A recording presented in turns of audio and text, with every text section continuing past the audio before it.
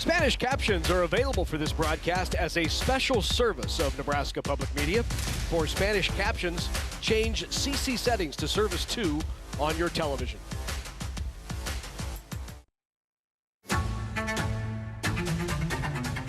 Empty goals, fresh lines, a season still unwritten.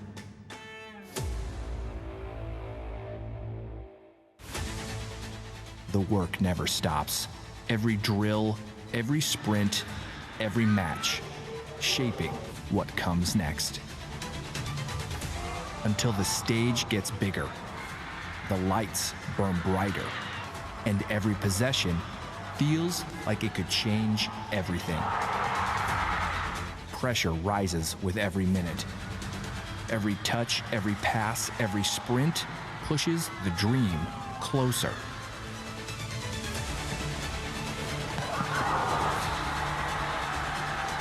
This is for the name on the jersey, for the teammates beside you.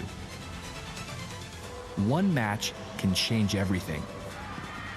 One moment can last forever. Welcome to the NSAA Boys Soccer Championships on Nebraska Public Media.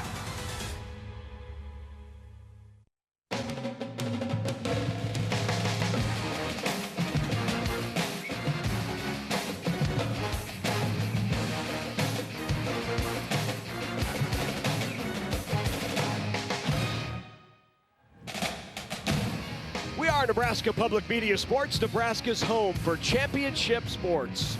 And tonight we're at Morrison Stadium on the campus of Creighton University for the NSAA Boys Soccer Championships. We'll bring you two matchups tonight, beginning in Class B, as it's the top seed Gretna Dragons at 16-1 taking on the Minutemen of Lexington at 15-5. And hello again, everyone, and welcome inside Morrison Stadium along with Avery Howard. I'm Larry Putney. Great to have you with us as we get set for a night of championship soccer here on Nebraska Public Media. This will wrap up the soccer season tonight. And if you wonder why high school sports transcend what happens on the field of play, tonight is a great example. Yeah, you look at this Gretna program who've turned their year around, their season around under the direction of first-year head coach John Cover. He's a young coach, Gretna alum. He's joined by his brother. We've got a couple brothers on this team, and we've got a lot of younger brothers, of older brothers who have come through this program and been successful. So special moments for the Gretna families, but on the opposite side for Lexington, you want to talk about special moments. They are playing for so much more than soccer. They're playing for joy. They're playing with joy, and to continue putting smiles on the faces of their community. And by the way, they are here in droves. They've got quite the crowd for both teams. At Lexington, they show up. Should be a fun night, and we will certainly document that throughout the evening, what this means to the community of Lexington and why it's so important. We'll talk more about that. Let's talk about what happened last night. We had a couple of games. The state championships crowned last night. Pius 10th wins its first title in 21 years, knocking off Blair as they knock on the door of the ECU and say, hey, folks, we're here. Marion and Elkhorn South was the other Class A state championship. Marion winning that 2-0. Tonight we've got Lexington and Gretna, Omaha South, and Lincoln Southwest. Let's take a look at where these two teams are from. Lexington, about a 3-hour drive to get here to Morrison Stadium. The Gretna Dragons, I just checked it, it's only a 17-mile drive, but right now it weighs 47 minutes because there's a little bit of traffic. So if you're leaving now, you're probably going to get here midway. Just leave now to get here in time. Leave now. Yeah, just get here. All right, let's take a look at the bracket and how they got here. These two teams, Gretna with the win over Pius 10th boys 2-1, and then knocked off Elkhorn North. Lexington 2-1 and 2-0 over Bennington and Schuyler. Third member of our crew is Anna Bellinghausen. She is down on the pitch. Larry, last season Gretna went 7-9 and missed out on the entire state tournament. Now they're under the direction of first-year head coach John Cover. He told me last year it lit a fire under this team, and this time they're ready to go. Thank you very much, Anna. Appreciate it. It's Lexington and Gretna, an NSAA State High School Championship trophy on the line. Minutemen and Dragons. It all tips off when we come back. Nebraska Public Power District was ready to power the state's ag industry growth in the 70s and the ethanol industry in the 2000s. Today, the need for energy is growing at a rapid pace. We are expanding our diverse energy generation mix and investing in our infrastructure. we are ready. Not only to power today, but to power Nebraska's tomorrow. Nebraska Public Power District. You are a maverick. You stand ready to change the world. You are an innovator with bold ideas and a vision for the future. You are determined to turn your dreams into reality. You are a leader, committed to making a difference. With Omaha as your campus, you're at the center of it all. Here at UNO, you dare to dream, to innovate, to lead, to shape a brighter future. You are a maverick. Sudden cardiac arrest is the #1 cause of death in students involved in activities. 7,000 adolescents lose their life annually due to sudden cardiac arrest. If defibrillation through an AED is administered within the first 3 minutes, survival rates increase to 74%. If an AED is used within the first minute, the survival rate rises to 90%. For every minute that passes without defibrillation, survival rates decrease by 7 to 10%. Are you and your school prepared? Mow, dig, haul, trench. The Kubota BX Series subcompact tractor is ready to help. A hydrostatic transmission assists its operation. Attachments are available for a variety of jobs. The Kubota BX Series. Demos are available through your local Kubota dealers. To learn more, KubotaNEsports.com.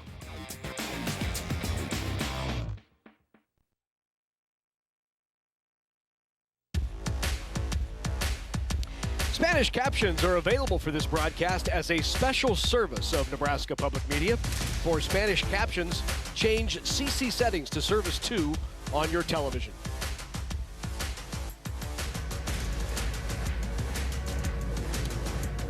Inside Michael Morrison Stadium, Creighton University, we are getting ready for Class B State Soccer Championships. Boy, Lexington has been here so many times. The Dragons back in it at 16-1 on the year. Should be a great matchup. One of the more intriguing matchups of these state championships. And for introductions, let's go to Tom Ryan. Ladies and gentlemen, welcome to Creighton University's Morrison Stadium in the 2026 NSAA Soccer Championships for tonight's Class B boys final matchup between the visiting team on your scoreboard, the Minutemen from Lexington High School. And the home team on your scoreboard, the Dragons from Gretna High School.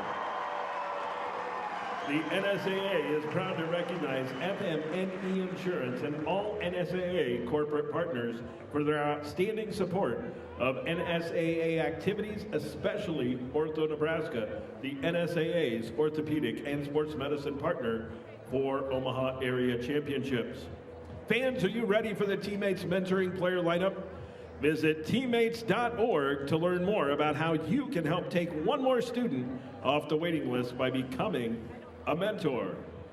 Walking out tonight with Lexington High School is the Under-9 Sporting Nebraska FC Academy. Walking out with Gretna High School this evening is the Under-9 Gretna Elite Academy Gold Team. And walking out with the teams are today's honorary coaches from Union Omaha Soccer, Gabriel Cabral and Adrian Billhart. And now, ladies and gentlemen, let's meet the players and coaches. First, for the Lexington High School Minutemen. Number 0, Alexis Alrides Cariel. Number 1, Charlie Ramirez. Number 4, Mario Abarca Contreras. Number 6, Javier Garcia Escobar. Number 7, Clive Neer. Number 8, David Gomez Aquino. Number 9, Tyler Terrell. Number 10, Mario Maravilla. Number 11, Kendrick Maraquin Ordonez. Number 12, Juan Raimundo Jesus. Number 19, Pedro Quintero Estrada. Number 20, Julian Laguna. Number 21, Adan Lima Miranda. Number 22, Miguel Tercero Pascual. Number 25, Luis Gomez Leal. Number 26, Walter Barrios Chavez. Number 27, Cesar Munoz. Number 28, Henry Perez Diaz. Number 29, Davis Garcia Corso. Number 30, Ulysses Vasquez Donis. Number 40, Jose Navarrete Escobedo. Number 41, Christopher Moro. Number 44, Sandro Martinez Maravilla. Number 47, Alexander Barraza Sainz. The honorary Union Omaha coach is Gabriel Cabral. And the head coach of the Lexington Minutemen is Yoel Lemus, assisted by Anita Bachman, Alejandro Gutierrez, Tyler Slechta, Larry Ramirez, Edgar Ramirez, and Ember Burson. And now, ladies and gentlemen, let's meet the Gretna High School Dragons. Number 0, Grant Stengel. Number 1, Callan Havican. Number 3, Ryan Brose. Number 4, Evan Lafferty. Number 7, Elijah Fulton. Number 8, Noah Jones. Number 9, Noah Fulton. Number 10, Nathan Dealin. Number 11, Sawyer Henn. Number 12, Owen Staten. Number 13, Zaki Iobi. Number 14, Talon Whistler. Number 15, Jacob Poole. Number 17, Alex Sowinski. Number 20, Brady Cerrone. Number 21, Max Brewer. Number 22, Caden Oberg. Number 25, Coven Voltruba. Number 27, John Napluel. Number 28, Christopher Waters. Number 34, Bryson Tevis. Number 37, Owen Cerrone. And number 45, Anthony Johnson. The honorary Union Omaha coach is Adrian Billhart. And the Gretna Dragons are coached by John Cover, assisted by Jake Cover, Josh Haddon, Cade Hollendeck, Nate Fibbich, and Alex Scharf.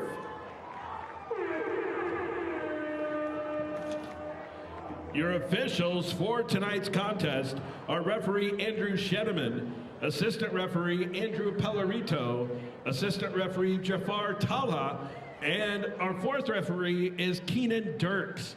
Ladies and gentlemen, at this time, we ask that you please rise and remove your caps for the singing of our national anthem. Tonight's anthem is being brought to you by students from Omaha Central High School: Fiora Noble, Leah Dorsey, Jaden Harvey, Sydney Ganifke Leak, Tyler Cook, Luke Farrington, Daniel Cox, and Charlie Gaylord, under the direction of vocal music director Sarah Cowan.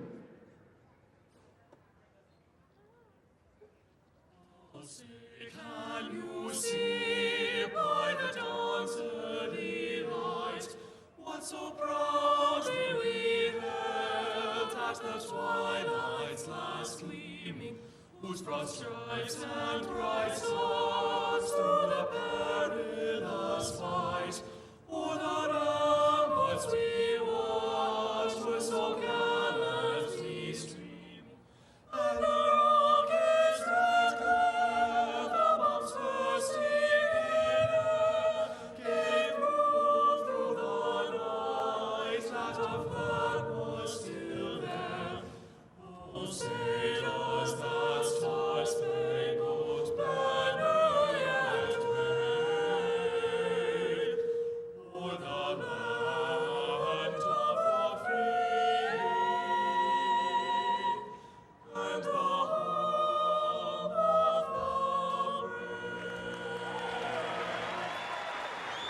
brave. Ladies and gentlemen, our students from Omaha Central High School, under the direction of vocal music director Sarah Cowan. Respected Well, let's take a look at the starting lineup for both of these teams. We'll start with the Minutemen. Both of these teams will be in a 3-5-2 formation. See the 4 back there. Yeah, they'll throw some numbers forward, and it'll kind of be a 3-5-2 at times, also kind of a 4-3-3. Also at times they'll get their outside players up high, and join Jose Navarrete in the scoring attack. He leads his team with 11 goals. Not only is he just their leader on the field, but he's their spiritual leader too. So we'll look to him for a lot of things in this game. And taking a look now at the Dragons. They also in a 3-5-2. Coach John Cover. Thielen leads the way in goal scoring with 13. Yeah, or 26. 26, and he's a true freshman. Yeah. True freshman making a huge impact. He's also looking for his first goal in this tournament. His head coach has said he's done everything right, so you know he'll be hungry tonight. He's been impactful all season, so he's looking to make his mark more than he already has this season. Dragons and the Minutemen. As you mentioned off the top, a family affair for both of these. Here's a look at the history for Gretna. Looking for their 4th title. They haven't won it since 22 and 23.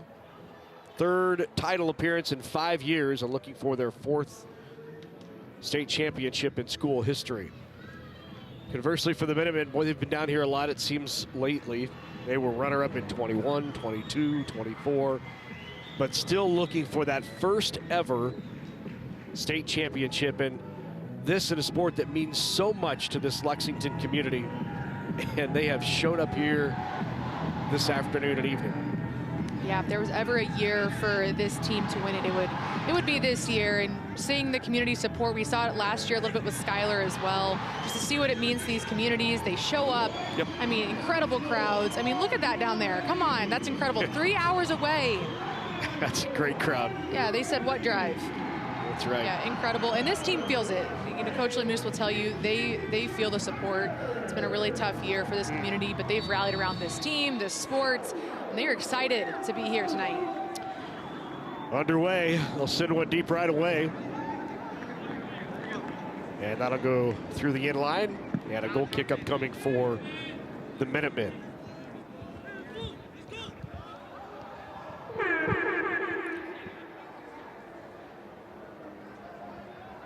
In goal for the Minutemen, Alexis Alvarez.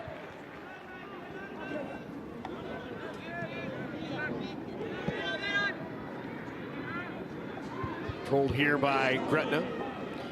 And now they'll play it backwards, does Lexington. Switch here.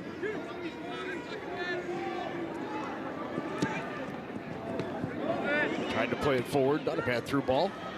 Handled by Lexington. Nice touch there. Good control here for the Minutemen. First shot on is just wide of the frame for Lexington. Yeah, Lexington likes it down there, and I can see why. Moving the ball through the back line, finding their center midfielders, switching the ball back and forth, and letting their attackers create. They have some creative players up top. Both these teams do, but Lexington likes to create their opportunities. They'll drive in. They are not afraid to take a shot outside the box. Cleared out of there by the back line of the Minutemen.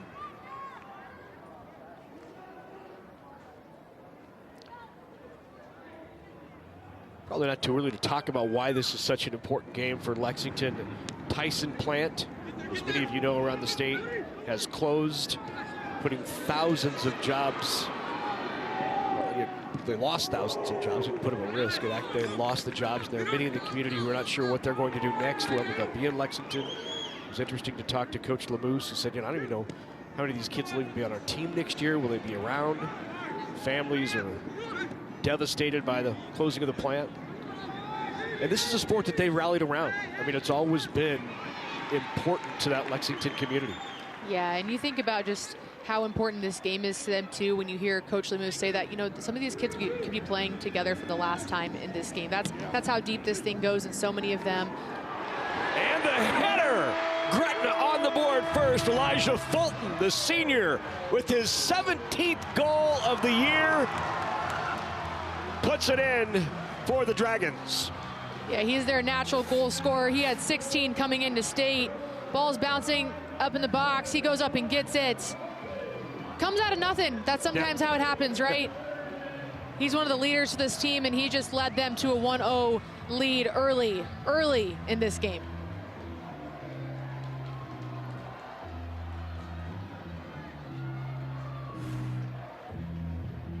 That's a tone setter right there. Wow. 3rd minute. That's a quick one.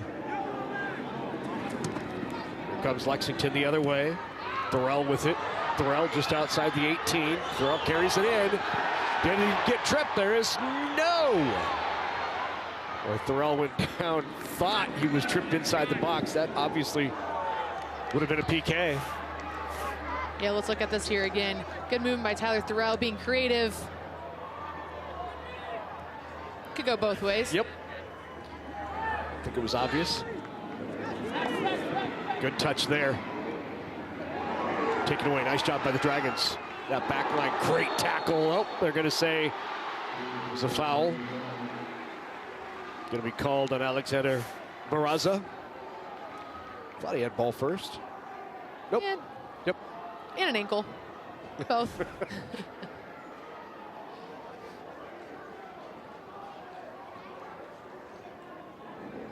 And it was interesting what Coach Lemus said when he said how important this is for the community. He said it's really just fun to see that they're able to bring smiles to the community while also being careful not to put too much emotional pressure on these, 15, 16, 17-year-olds. Yeah, absolutely. And he also just echoed that by saying, so many of these families are going through so much right now, but yet they are showing up like this for this team. They're making the 3-hour drive. This is bringing them a little bit of happiness. But I think the bigger message here, too, that he conveyed to us is what they're using this moment to teach a lot of life lessons for these kids. He's like, life is going to exist after these hardships, but how are we, as the adults in the room, as their mentors and their coaches, how are we helping them get through these moments and, stick together as a community? And there's going to be a lot of hardships in life. And so how are we teaching them to roll with the punches? And he's even used this opportunity to teach empathy to his kids, too. And I talked to him about his sportsmanship we've seen from his players all week. And he's like, yeah, we know. We've been in this position, too, on the pitch, off the pitch. And we're always going to be there to, offer a hand and show empathy because we know what it's like to be on their side. So huge credit to Coach Lemus and his staff for the way that they've uplifted these kids and allowed soccer to be a connecting force in the community.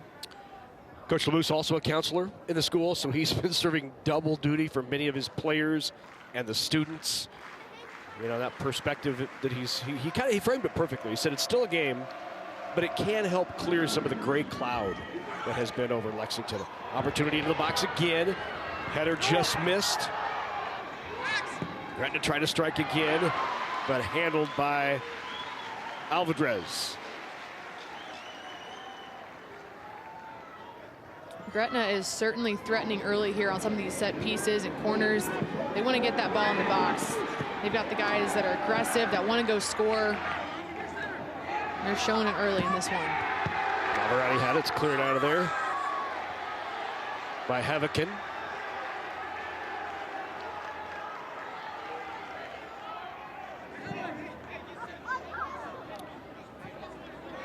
Munoz will come down to take the throw in for the Minutemen.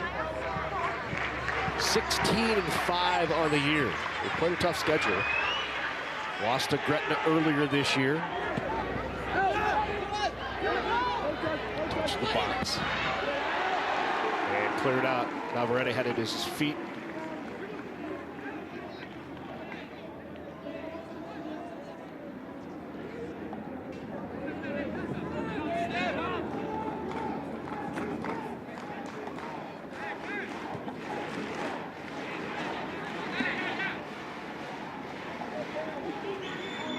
Touch, handled there. Shot on goal! What a shot! Wow!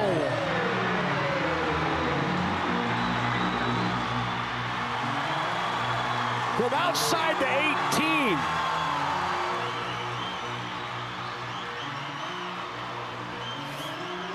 Alexander Barraza, his coach calls him a wizard in the midfield. Well, look at that. A little early game magic there for him. Nothing a goalkeeper can do about that. I just talked with a tone setter for Gretna. How about that response from Lexington? What a shot. So not so fast. Hey, I said they will shoot outside the box. They have some incredible strikers. They are not afraid to be aggressive. So in the 7th minute, Barraza responds with his 5th goal of the season. And it's 1-1 here in the first half. We've got action. It's great.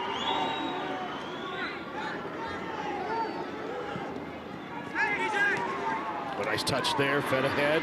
Here is Cerrone.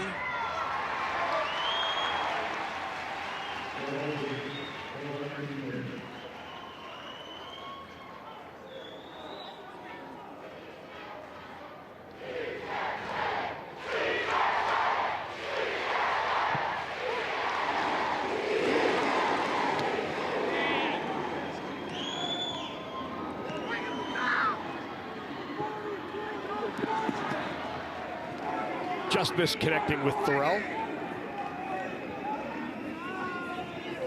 What's going to be really fun to watch out for this evening is how both of these teams decide to defend each other, attack each other. As we mentioned in the open, they're both in similar formations. They're both coached by coaches who encourage smart IQ soccer. They want to play in a professional style.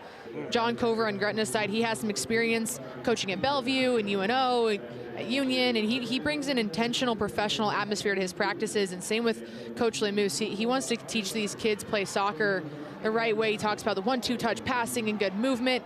Also, both these coaches talked about their defensive reactions, which tells you two really great coaches down there. Adon Lima with a free kick.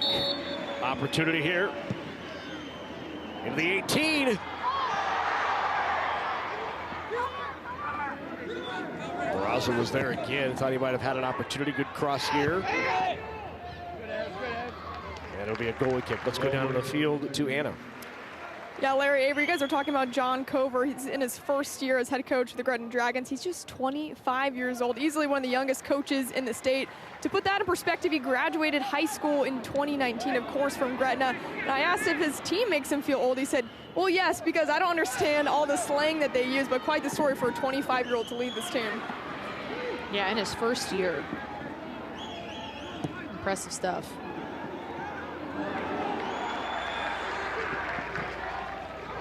You've heard the phrase, I have socks older than him? Not an exaggeration. Yeah, there's a lot of connections community on that side as well. Just the amount, we mentioned the open, the amount of brothers, and he's joined by his brother too. They're all Gretna alums. The pride runs deep over there. Now, is my wife happy that I have socks that are more than 25? Probably not, but I'm not getting rid of them. Certainly not.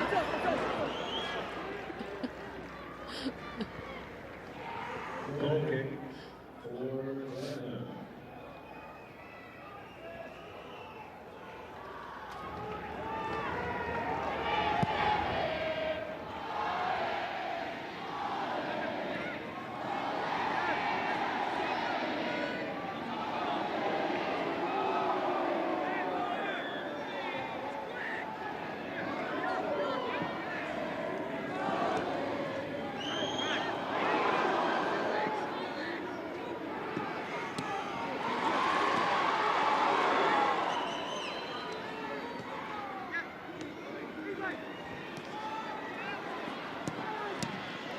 Sawinski with it. Sawinski, third leading goal scorer on the team for the Dragons. Opportunity just, oh, he's in! What a shot by Thielen! First goal down here at State, 27th of the year. But from our angle, it looked wide until it rattled the back of the net. And Nate Thielen, the freshman. Yeah, makes the most of his opportunities. We just mentioned he's been searching and hunting for that goal this entire tournament. He's helped this team get to this point with his 26 goals coming into this tournament. He finally makes his mark here. Got 3 goals. Standing. Opening 10 minutes.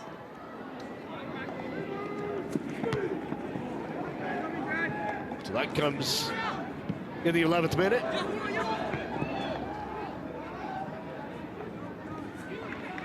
And it is the 27th goal of the season for the freshman, Nate Thielen. See if the Minutemen have an answer. Yeah, Coach Lemieux told us this week, he's a defensive-minded coach. He really values how strong his team plays defense and how connected they are. But he's also said they've leaned into being a little bit more attack-minded this year. I can imagine they're going to want to stay aggressive, but there's probably going to be some tweaks here to make sure they can start to lock down some of these opportunities and be connected in the back line. They've been strong all season, just making sure they're able to just clear the ball out or make decisions to find feet here. As we know, that's the focus of a defensive-minded coach, making sure those things are sound, good decision-making.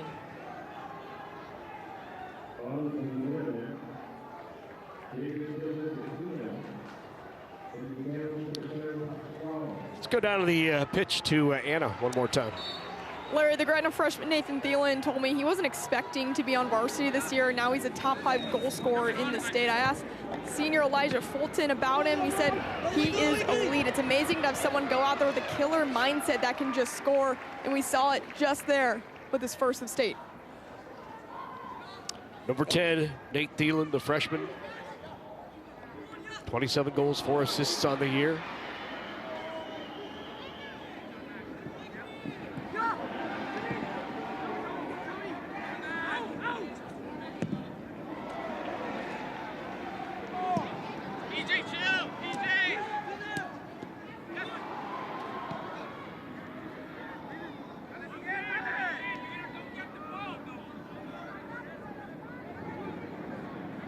Good pressure by Gretna's forwards there, win the ball back. Thielen again. Fulton tries to settle that. Here comes Cerrone from the back.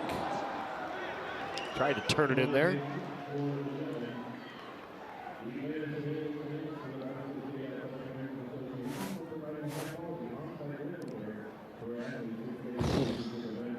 It's a good switch to get it over there. Got a little excited. They're switching the ball well. Gretna is moving the ball side to side.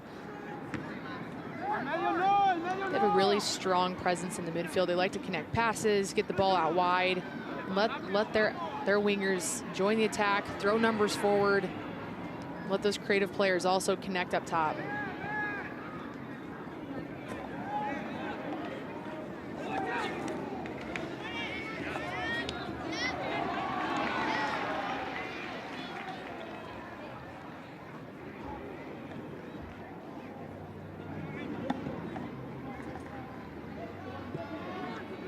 Cerrone plays it back to the middle to Hen.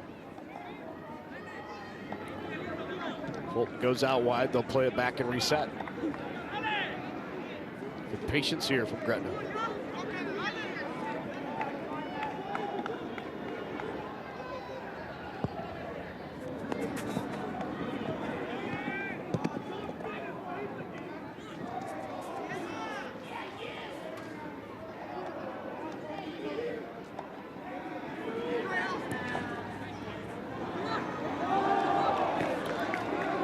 Nice job marking a guy there by Sawyer Hen. Came up with the steal. Yeah, I mentioned it a few minutes ago, but Coach Cover is very intentional with his training, and I thought it was interesting something he mentioned this week is, yes, talking about how he wants his team to play when they have the ball, but he was very quick to tell us how he wants his team to play when they lose the ball, which is something that's ingrained in my head, that's for sure, from my collegiate experience. But what you do in those couple seconds after you lose the ball, it tells you a lot about not only just the player, but your team, how quickly you're able to get back. He called them defensive reactions. How quickly are they doubling someone? How quickly are they swarming the ball? What does that effort look like when you lose the ball? And so Gretna's been able to maintain possession at times because their effort defensively has rewarded them. And they've been able to keep the ball, hold on to it, start moving it again, and get back to the style that they want to play. They're not having to chase too much yet.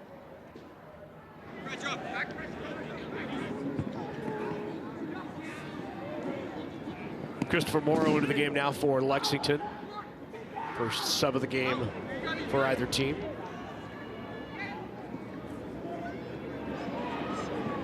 Nice job there by Cerrone.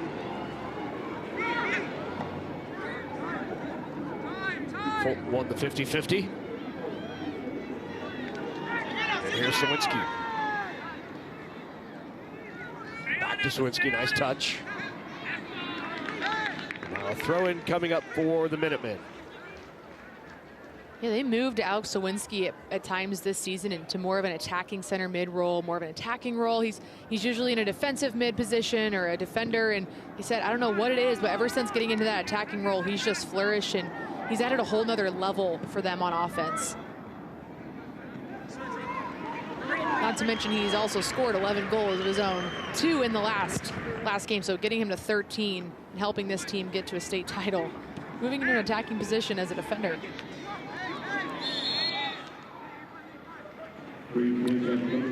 Handball called on the Dragons.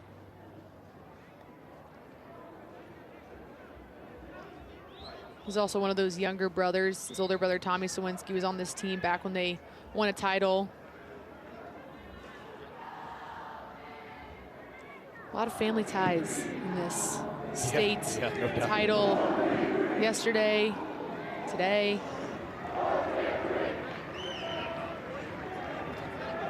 Navarrete with a nice aggressive attack there.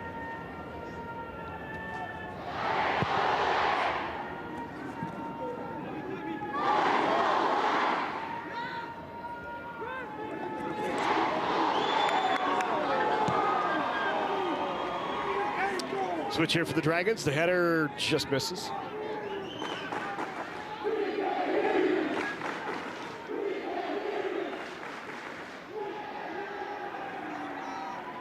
I think Gretna might lose this battle. Yeah, I think you're right. For those who can hear the cheering and chanting on the broadcast.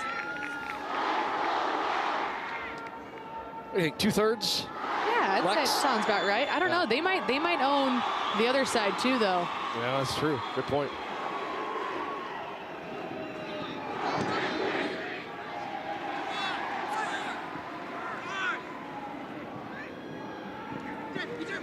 Dalton with it.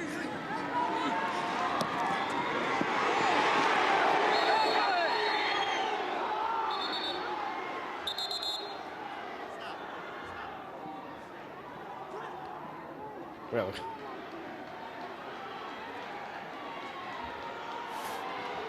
I think Coach Lemus has a fair argument here a little bit. There's the first movement, but they catch the second one. Yep.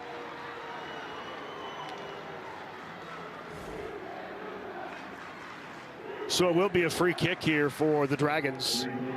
Noah Fulton will take it.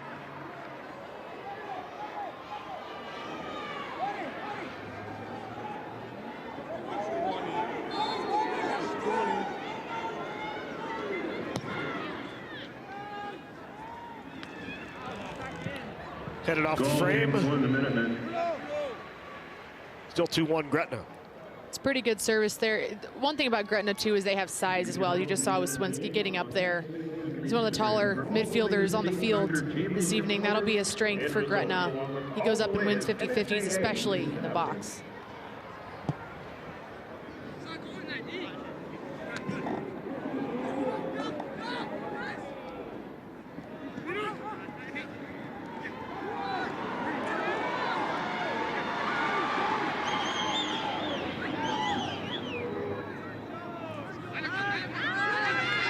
Feet of Raimundo. Oh, good touch. Opportunity here. Back up the wide channel. It's Tercera with it. And it will be a corner kick here for Lexington. Corner kick upcoming to Lexington. Corner will be taken by Alexander Barraza. Coach calls him a wizard. We saw it earlier. Sure did. Let's see what he has here.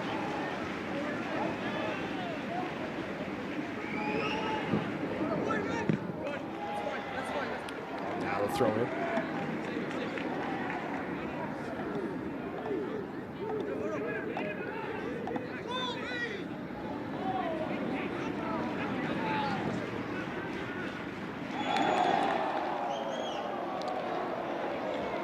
You wanted it right back, but down so he can center it again. Yeah, at his feet, Yep. Time out of the field, we'll take one as well. 19-17 remains in half number one. 2-1, Dragons on top. every herd, every flock, every farm. Nebraska soybeans are there. 97% of harvested soybeans are used for animal feed, delivering the protein, amino acids, vitamins, and minerals animals need. Nebraska farmers aren't just growing soybeans, they're helping feed animals, families, and communities. Nebraska soybeans, growing opportunity from the ground up.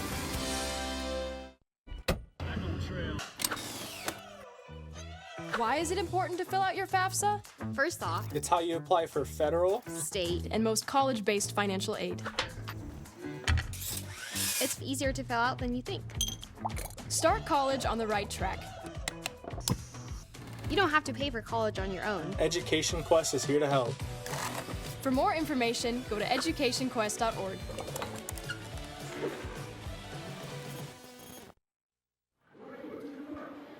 Final day of the 2026 Nebraska high school soccer season culminates in a Class B state championship and a Class A title game later tonight. Class B, Lexington and Gretna. Gretna struck first. Lex answered. And then Nate Thielen, the freshman, put one in the back of the net at the 11-minute mark, and that is the score, 2-1. Gretna with the lead. Yeah, I feel pretty confident in saying that. That won't be the last goal we've seen tonight. Got a lot of soccer ahead of us, a lot of goal scorers out here. A couple of them already putting their fingerprints on this game. Yep. A lot of action yet to be had.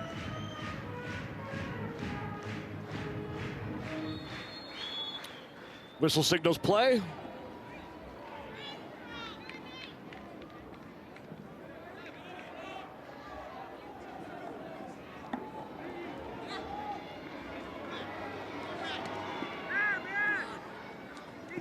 Fulton sent it back to Jones. Jones, the midfield. Lexington trying to get into the attacking third. They'll go out wide.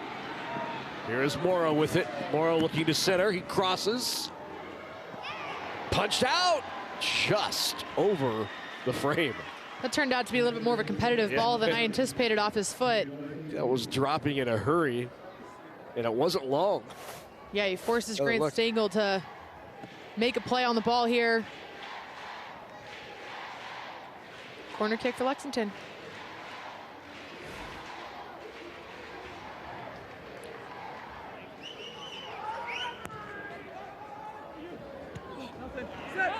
Just missed.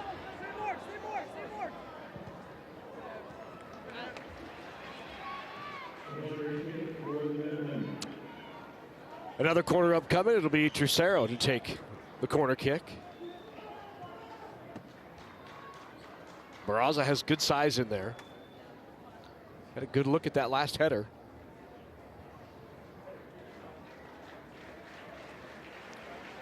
And now they'll send Gomez, David Gomez, over to take corner. He'll play it in, right back to Gomez, who slips.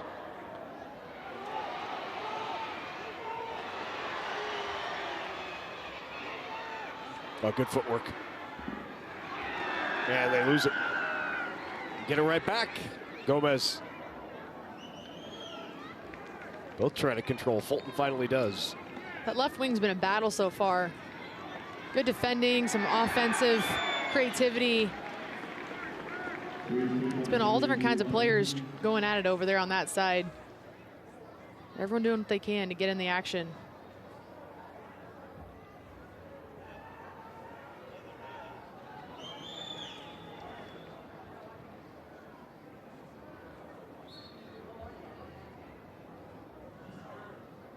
Free kick. Handled easily by Grant Stengel. Stengel, just a freshman for Gretna. Yeah, he's just a freshman, but Coach Cover told us his experience he's brought from his club experience, it's been crucial for them this year. He's a smart kid, and a plus, he's really good with his feet too, which is always a plus as a goalie to have that option, especially how Gretna wants to play. They like to build out of the back. They like to connect passes. Helps when you got a guy back there you can trust. He's reliable, consistent. It felt like even though they had a freshman to upgrade this year at goalie. Yes. Yeah, having experience in that goalie position is huge.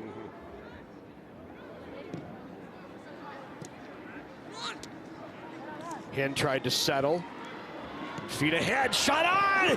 What a save.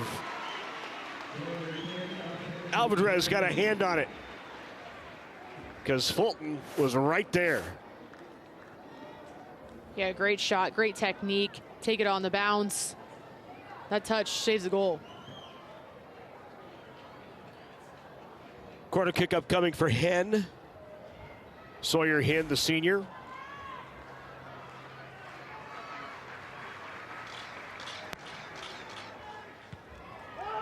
Headed away.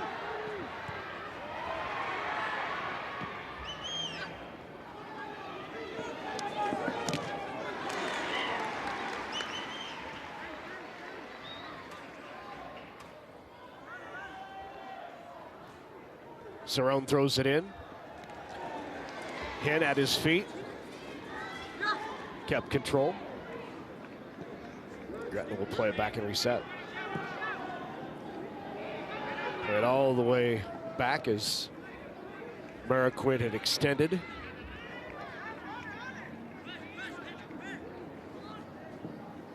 That's a dangerous pass. What do you mean? He meant to do that.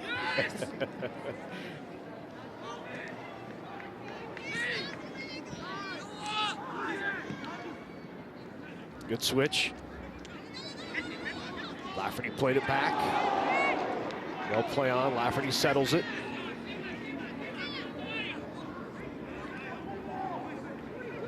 Here is Hen with it.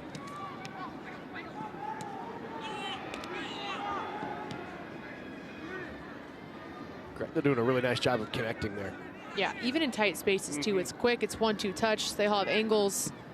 They work off each other well. They move off each other well. Good vision.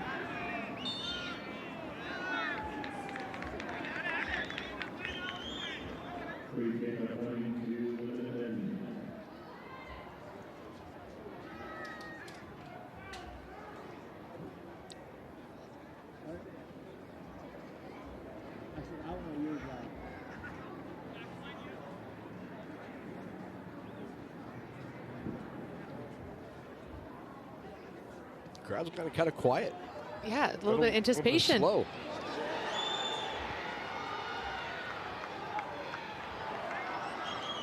Here's Fulton with it.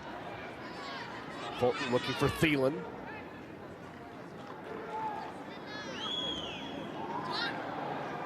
Good footwork. Keep it alive. Cerrone now with it. Ooh. Yeah, we're going to get a yellow card here. It's going to be on David Gomez.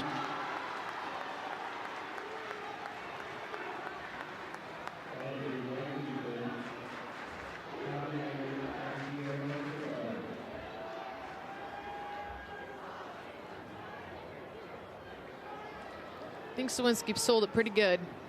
Got the card call he wanted, I think. Gomez got a little bit of him there, but part of the game.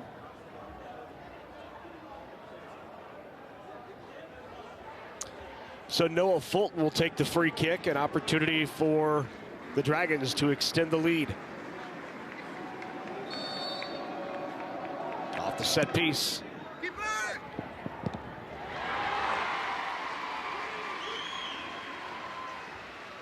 Alvarez with the save.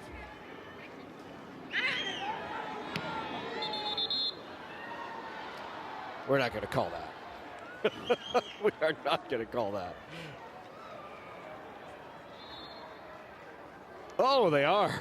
I'm trying to figure out. And a yellow card. I thought they just ran into each other. Neither was looking, and they ran into each other. I looked down the field for a second. I missed what happened here. Let's watch. Oh, come on. Okay. We're doing that. LeBron James would have been proud of that one. I guess that's what we're doing here. SGA says, I've seen better.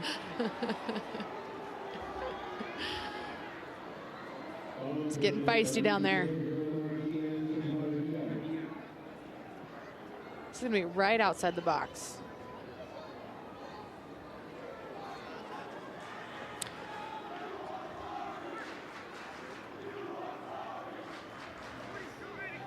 For those who remember the last game, Alex Swinsky had a ball pretty similar spot.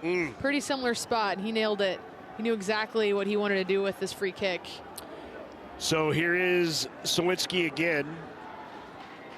11 goals on the season. Great opportunity here for the Dragons.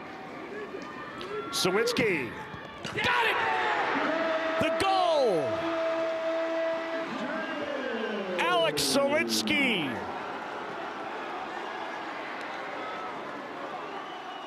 And the Dragons with a 3-1 lead.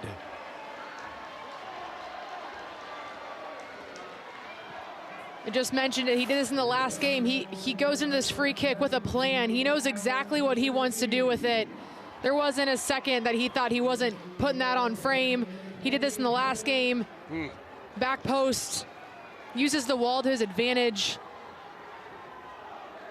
Hard place for the opposing goalkeeper to be in when Swinsky's over the ball.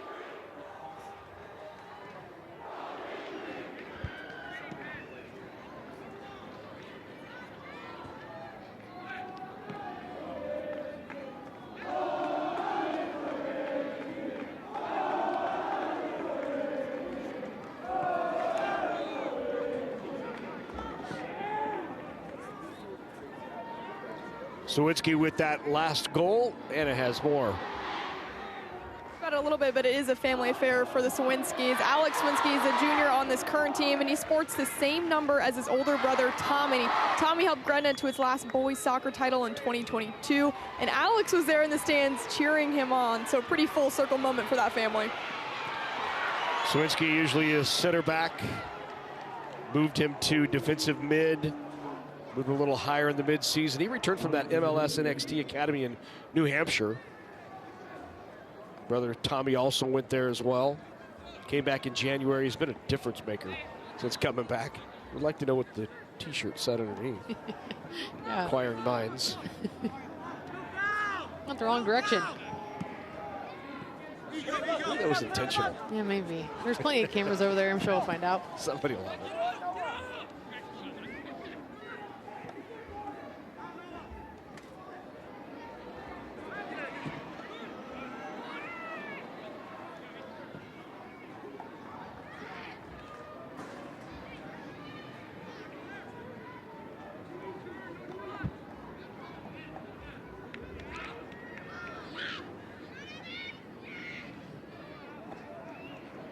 Good win by Lafferty there. Yeah, he's their do-it-all guy too. True athlete through and through.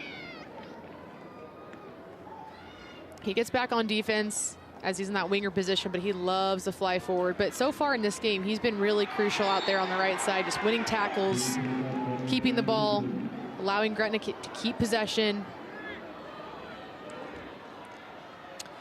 That's called Noah Jones. It'll be Lexington's ball. Here's Fulton trying to chase it down and keep it in.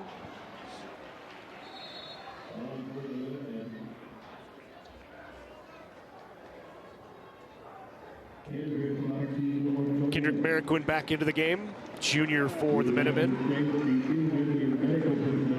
Comes in for Morrow. Special thank you today to Dr. John Arthur and Dr. Lucy Orway.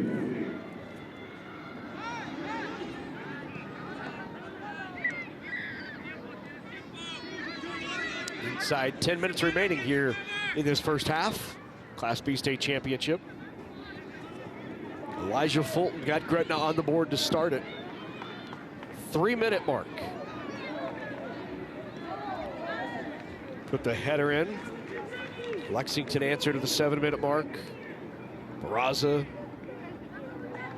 from just outside the 18 with a great shot curled in the corner. And Gretna answered Nate Thielen off of the shot just outside the 18, the free kick.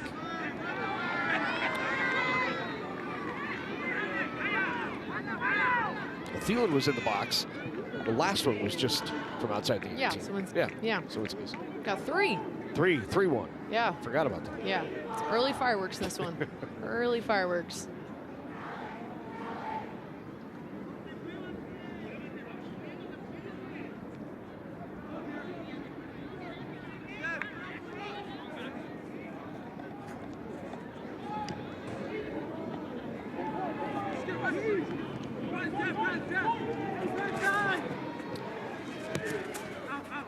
There's not been many opportunities for Lexington in their attacking third, and when it has, it's been kind of a quick hitter here and there. One opportunity and done. Haven't really been able to possess and set anything up. Haven't had any set pieces inside the attacking third. Maybe a couple of long free kicks, but not like Gretna. Yeah, just now, seeing Juan Raimundo drive up the right side. He's looking for feet, look for someone to check, maybe someone to check in some of the space behind. It's a little stagnant up top right now, whether Lexington's trying to figure out where they can make their runs or trying to find connection. It sometimes just starts with a couple quick passes. The power of a couple 5-yard passes can change some things. Doesn't always have to be the perfect ball.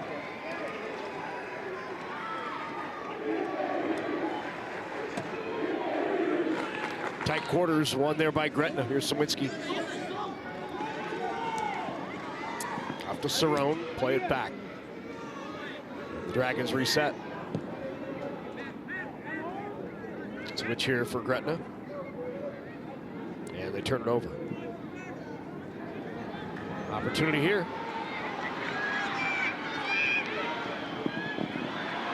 Disconnect.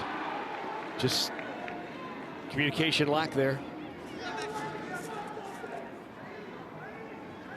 Great idea. Yeah, thought he had him trailing. Yep. I think he was making a little more of a run. Chris Romero was trying to get around him. A little overlap run there.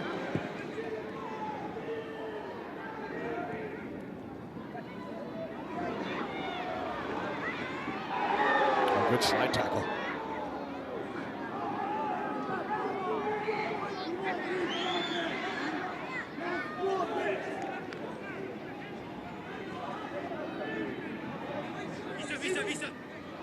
A little more connectedness here for Lexington.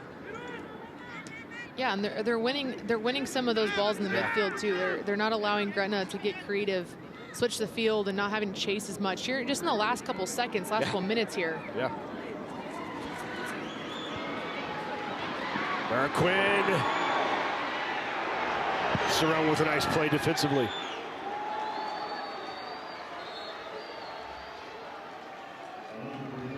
Back in for the Minutemen is Tyler Thorell.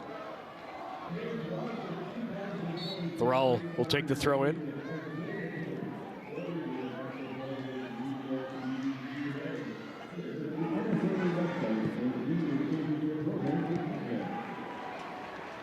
Adnan Lima fires one just wide of the frame.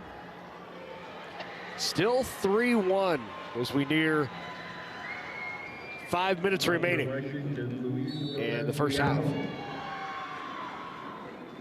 I think getting Tyler Thorell back in this game for Lexington will be big in these last 5 minutes. He's one of their aggressive strikers, but he also applies so much pressure. He was kind of all over them earlier in this game. He's one of their more consistent players. He's a multi-sport athlete. He kind of has an engine. That's something Lexington needs kind of these last 5 minutes to just put them into halftime, maybe on a better foot. Get someone up there who can run, pressure, chase some balls down, and maybe get lucky and pick up a loose ball up there. Be a little creative.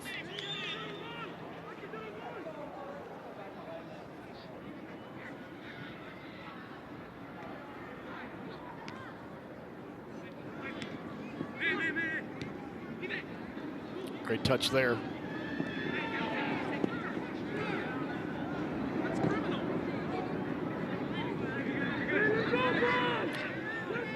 That'll be the Dragons throw in.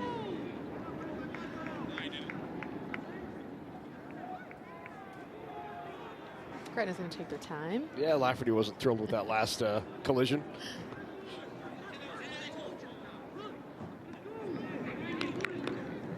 Sawinski wants that one back. Tried to settle it, would have had an opportunity. Yeah, trying to bring it down to the outside of his foot. Took more of a bounce than a cradle. He does that quite often during the game, though. He's got a really great first touch. It's probably what's made him a really important addition, that attacking mid position. He's able to bring the ball down. He's able to turn his defenders quickly.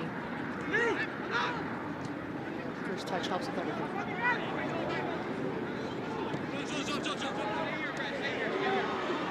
Luis Gomez with it. Gomez looking for help.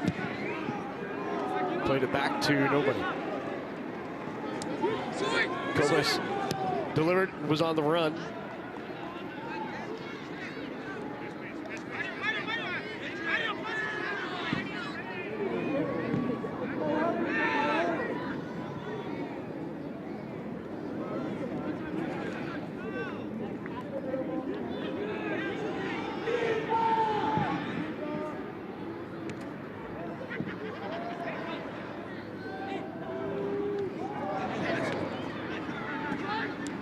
Comes Gretna. Yeah, Fulton just missed him.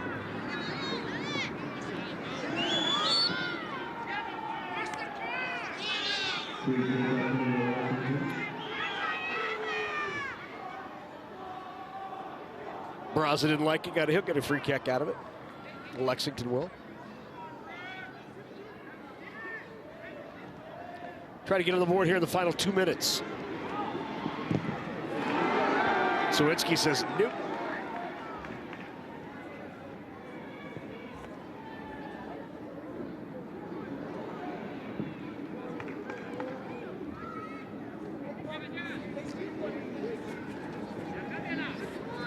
Here's Thorell. Thorell with it. 2 men on. Throw in here for the Minutemen.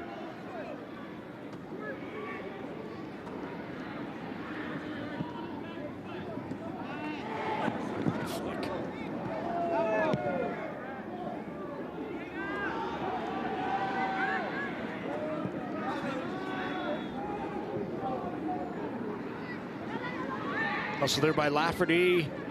Kept it in. Offsides.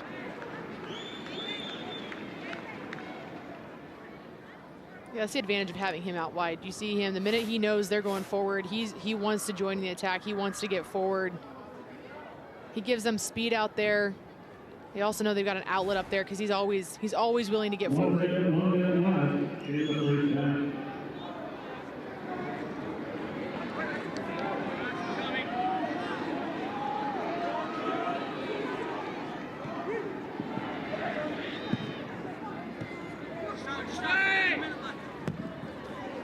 Back line of Gretna has been great here in this first half.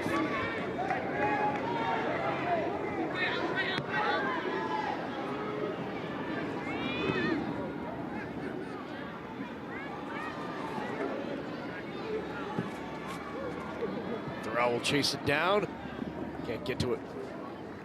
Yeah, when you look at Gretna's back line, you know, they're in a 3-5-2, so there's only 3 defenders back there. And majority of them are younger than a junior. You got, you know, Max Brewer back there, Noah Fulton back there, Coven Vertuba back there. You got sophomores. So the future's still bright for that back line, and Gretna got a couple years, getting some great experience right now in a title game. Halftime here in the Class B state championship on the boys' side. It's Gretna on top of Lexington, 3-1. Minutemen will gather, talk it over, and try to come back here in the second half. Let's go down on the pitch with Anna. Coach, what adjustments do you want to see from your team in the second half? I'm sorry, I think your question was, what do we need to fix this second half? We've got to stay in a high-performance mindset. We kind of lost our cool there, give them the third goal. We'll talk about some things that we need to do at half, but basically we just got to connect passes and play how we know how to play, and be aggressive and go to the ball and not be so scared. Yeah, what will be that message to your team to reset and find that composure? Just play Lexington soccer. It's what we've been all season. It's what's brought us here, and it's what's going to win us the game. And so there's no secrets. We got to play our style of play this second half. Thank you, Coach. Thank you. Larry. Thanks very much, Anna, and thank you to Coach Lemus for joining us right before half. 3-1, Dragons with the lead.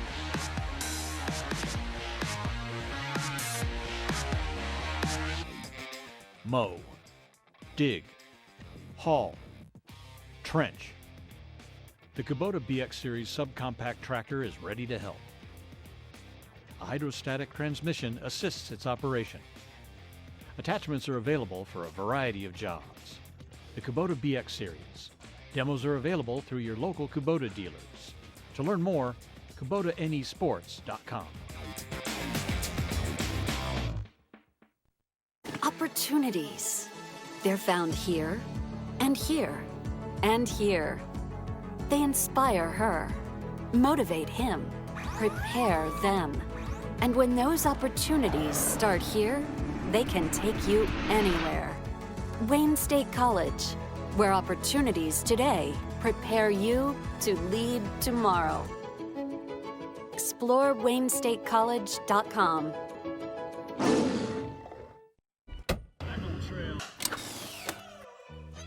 Why is it important to fill out your FAFSA? First off, It's how you apply for federal, state, And most college-based financial aid. it's easier to fill out than you think. Start college on the right track. You don't have to pay for college on your own. Education Quest is here to help. For more information, go to educationquest.org.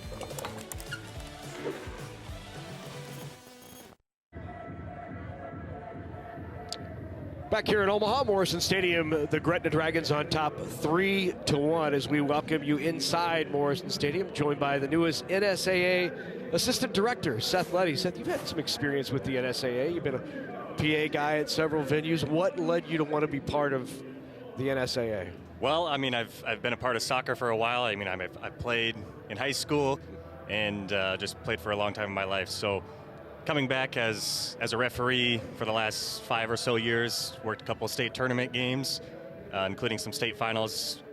So when this opportunity came open, it was great to, kind of fill in at the soccer role. So this will be one of your sports then, obviously. yes, soccer. yep. So started about a week and a half ago, right in the middle of the state tournament. So yeah, just go is what we've been so far. So. When you have an environment and atmosphere like this, what excites you about getting to be a part of NSAA soccer state tournaments events?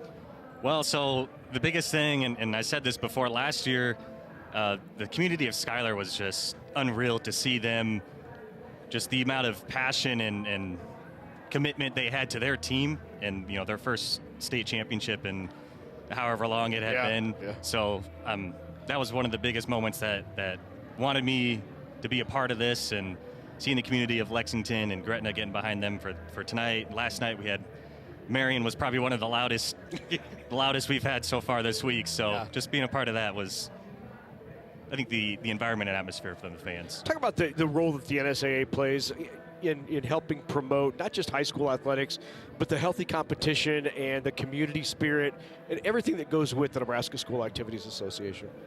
Yeah, so on my side as an official, I mean, we talk about sportsmanship all the time. It's one of the biggest things. So there's plenty of sportsmanship. I mean, they have the sportsmanship read before every game, but just it falls back on the athletic directors, and they are usually great leaders and role models for their communities to kind of help that sportsmanship grow throughout their schools and their athletes and teams. I'm not from here, so every time that I get to experience this event or any state tournament, I'm really in awe of how incredible it is for the community. For you guys, what's going on behind the scenes to make sure this is a whole community event that not just Omaha or Lincoln can enjoy, but the whole state?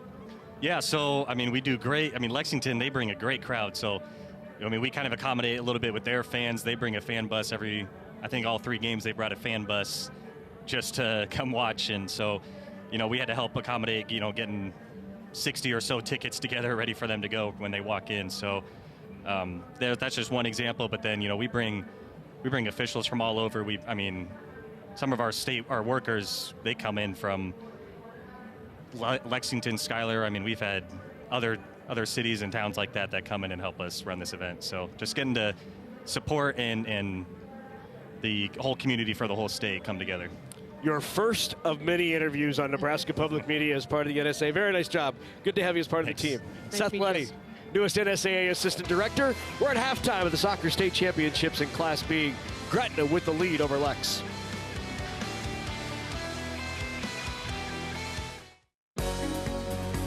Coverage of the 2026 NSAA Soccer Championships on Nebraska Public Media is made possible in part by Nebraska Soybean Board, Education Quest, Nebraska Public Power District, Nebraska Kubota Dealers, and viewers like you who donate to Nebraska Public Media. Thank you. Let's take a look at some of the highlights from this first half action between Gretna and Lexington, and it started quickly in the 3rd minute. Elijah Fulton with the header. That gave Gretna a 1-0 lead. Lexington answered in a hurry. What a shot by Alexander Barraza. And in the 11th minute, Nate Thielen, his first goal of these state championships. And Alex Sawinski closes it out. The scoring, that is, in the 28th minute. And here are the numbers. Yeah, fairly even on shots. You can see Gretna has more shots on goal. We heard from Coach Lemoose, it's just about Lexington getting back to playing Lexington soccer, connecting a little bit more. Pulling is one. I'm sure we'll see that shots on goal start to go up a little bit more. Second half coming your way from Morrison Stadium in Omaha. Stay with us.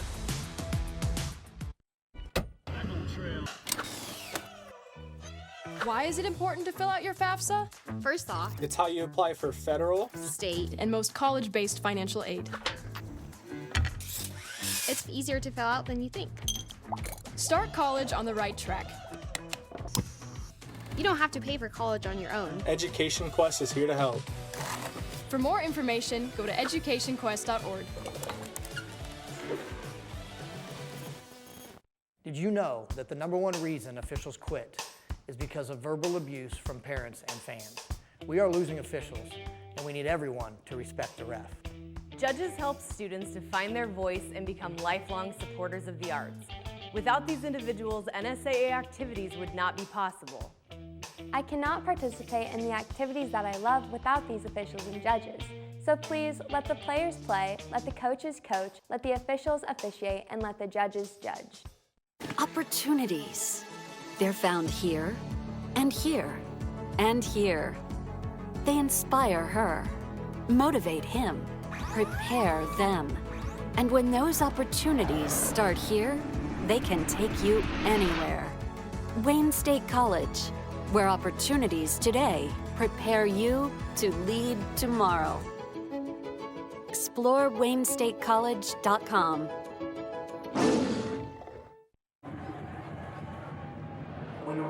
Coach, a 3-1 lead for your Gretna Dragons. What has to be the mindset for this team right now?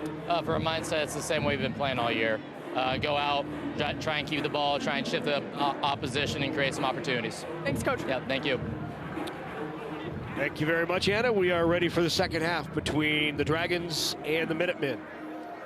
See if Lex can get some momentum here early. You know what? Touch it up to start. You know what I enjoyed watching in the first half from Coach Cover is he roams the sideline as if he's been doing this for 30 years. He does the pace with the hands in the pocket, the crossed arms, the sophisticated observing from the sideline. Nope, just his first year. Just 25. So calm and composed. Sawinski with it.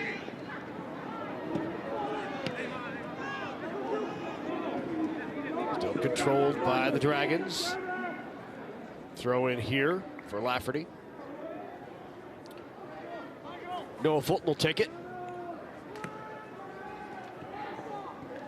You got to think there's a pretty good advantage though there. Yes, he made the jokes about feeling old, but he's been in this program. He's been a part of this high school.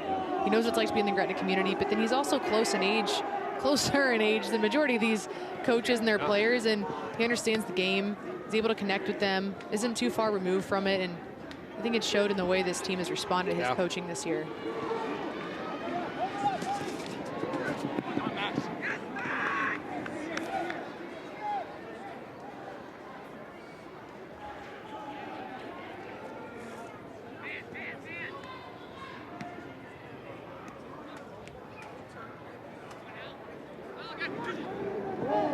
Sawinski has it taken away. Good touch.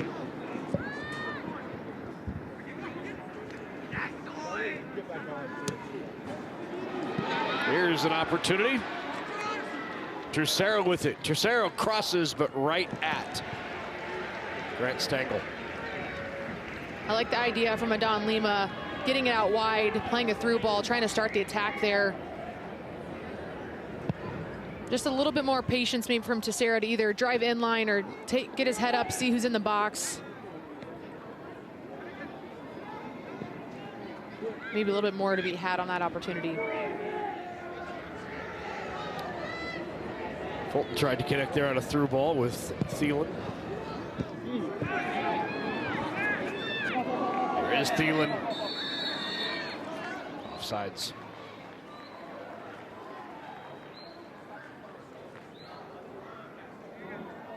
Free kick upcoming to Lexington.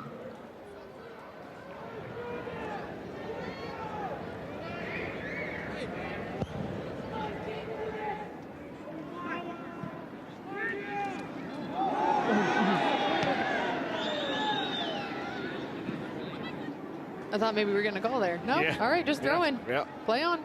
Just two players going up with the ball.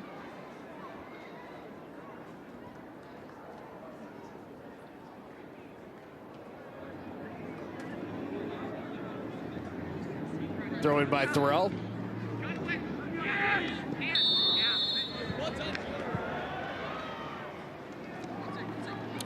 And it will be the Dragons' ball.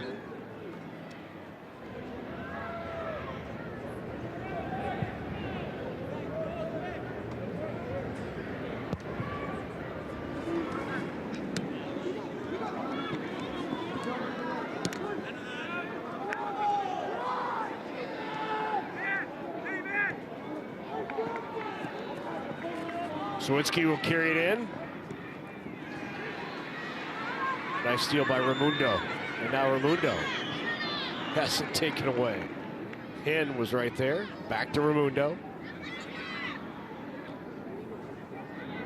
Good touch. Here is Hen. Merquin with it, center, an opportunity. Right front, goal! Got it big, shot by Navarrete.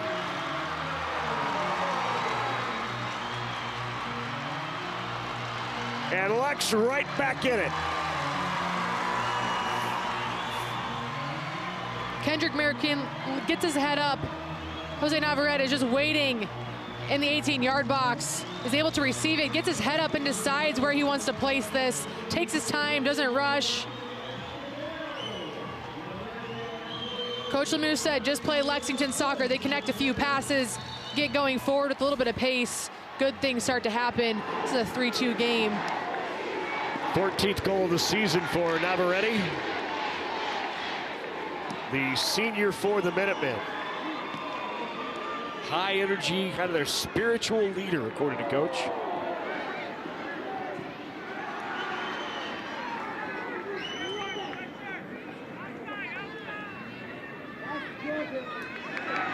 So that gives maybe a little more energy here to the Minutemen.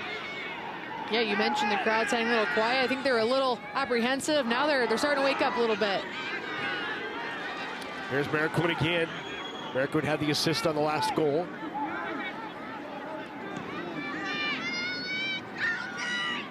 Good ball into Thielen. Thielen, opportunity here. 2 on him. Good slide tackle. Nice job defensively for number 29, Davis Garcia.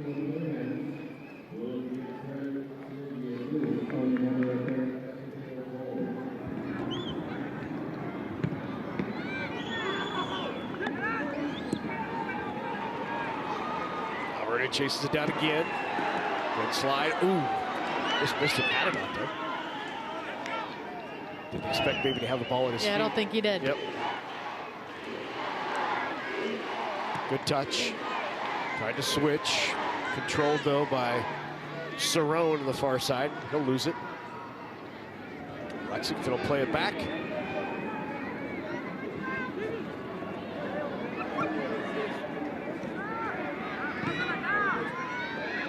Whoops.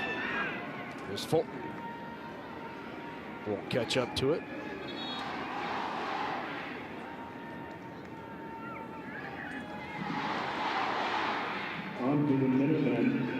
Maravilla and Morrow back into the game for the Minutemen. Maravilla, number 10.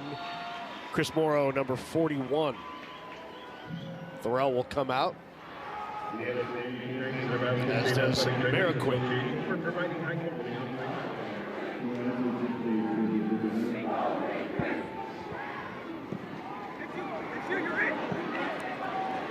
Spinning the wrong way for Lex.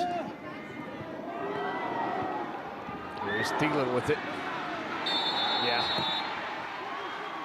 that might get a call. Yeah, good call. Crafty up there, loses the ball, a little frustrated. If there's any place to do it, at least it's up there.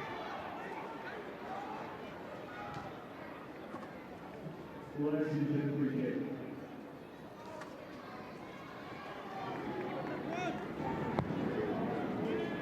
was a safe ball. Good switch, gives him some space to bring it up. Nice touch. Take it up the wide channel. Good tackle.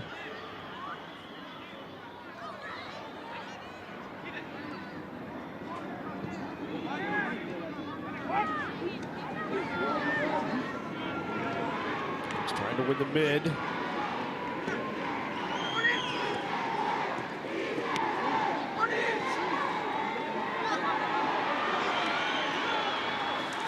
Taking it in again on two defenders, still an opportunity.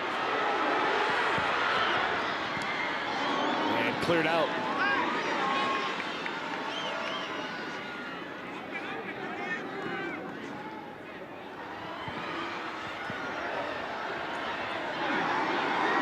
Out of the box. Came off the line, but able to recover.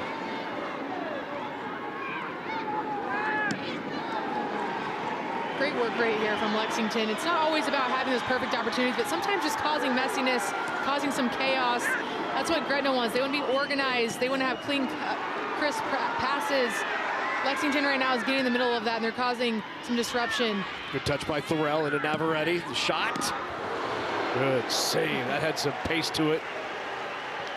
The Wizard. Yeah, when he strikes the ball, doesn't matter where it's at. There's pace, some backspin on it. Watch Barraza again. I don't know who was up there. Navarrete maybe. I'm going to get out of the way of this one. You can see how fast that ball's traveling. I've seen that a few times in practice. Yeah. Don't get in the way. Move.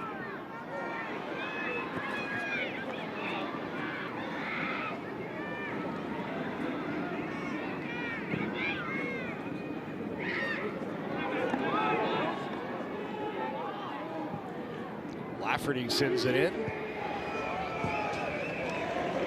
Scooped up Alvarez off of two hops.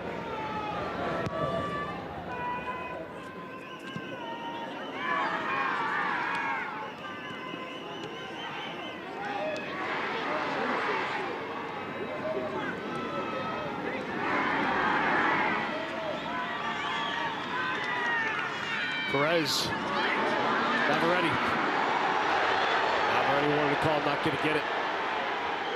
He did the first part of that so well. The way he receives that ball, he's already on a half turn. He opens it up with his back foot. He's got his defender on his backside. Immediately, he's able to turn a little bit.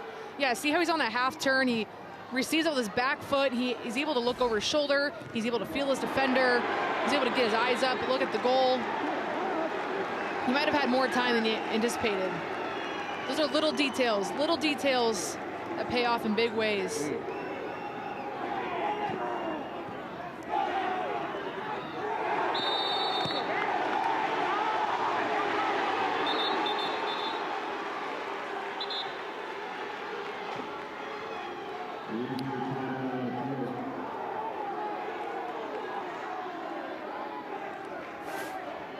Take another look at it. Gretna wanted a yellow card. Ooh, yeah. Yeah, didn't mean to. Nope. Didn't mean to, just late. Nope. Unfortunately, he lands right on that foot.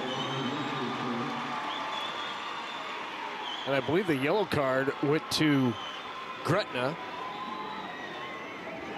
Maybe some words exchanged afterwards, and it did. So Elijah Fulton will take a seat.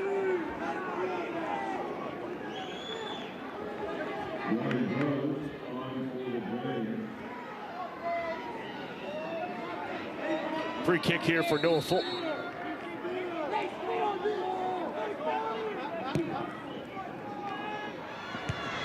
Headed in. Settled. Good clear. And now Navarrete with an opportunity. He's got speed. Here's Navarrete up the wide channel. Just gave it a little too much room.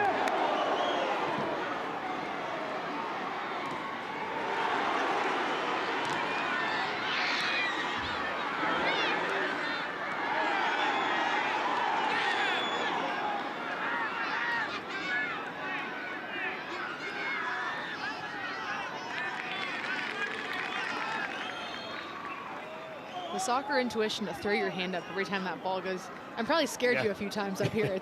I can't help myself. Both teams, it gets anywhere up there. You just throw it up there. Yep.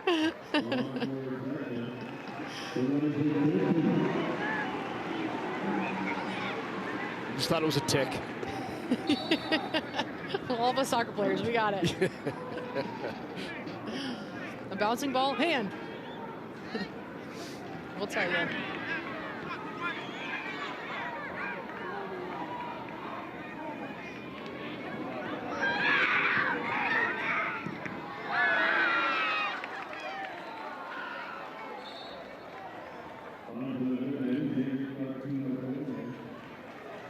Back in for the Minutemen comes Morrison.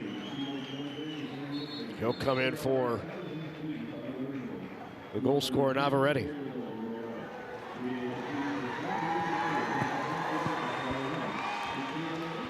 Navarrete has him right back in at 3-2. 10 minutes gone here in this second half.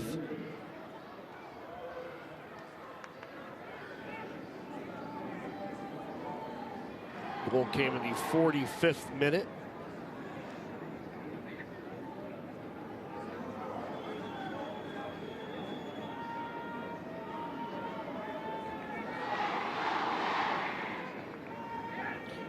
They're waiting for the clock to start. Clock says 2:75. That would be hard, because that would technically be 3 minutes and 15 seconds. 27:58 remain. They haven't reset. Here we go.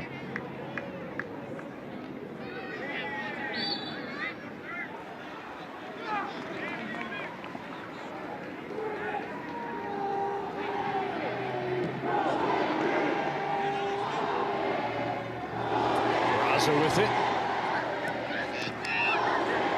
Plays it to the feet of Barrios. Here's Morrison. Morrison.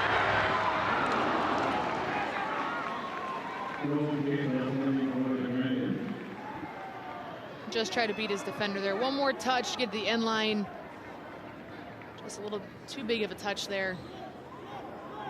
They're being aggressive. They're definitely being aggressive. You can see the uptake in energy going forward in the second half here from Lexington. Certainly. Lafferty with it.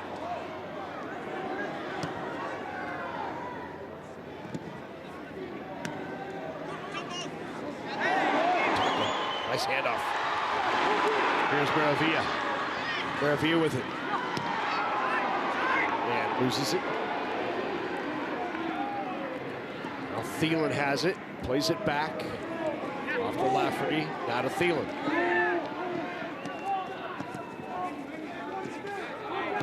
Thielen with 2 on him.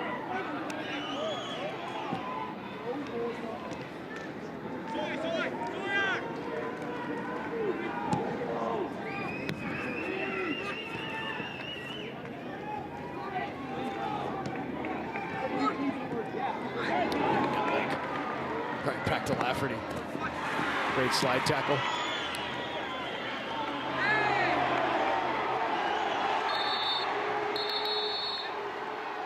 Saw the last one.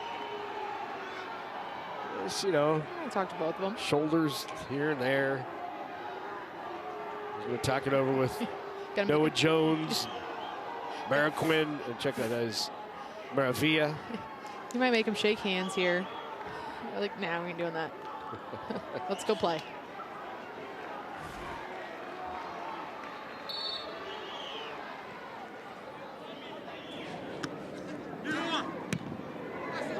Throw him a little chippiness. Oh, state title game. Absolutely. We did talk to Coach Lemus about this a little bit this week, though.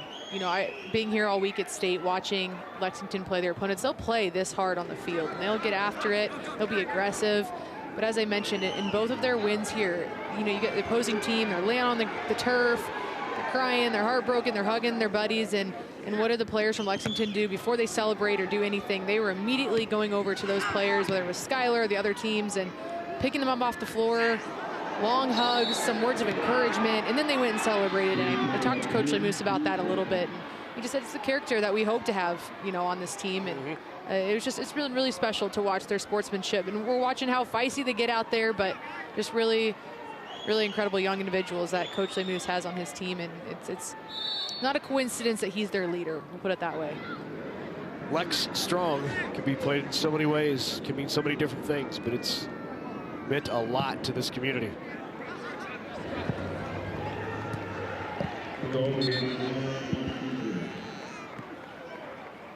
Yeah, it's honestly pretty remarkable. You know, 3-hour drive, and that semifinal game the other night was late. They didn't get back to Lexington until 2:30 in the morning. I mean, they have to figure out exactly what that travel looks like to go to and from.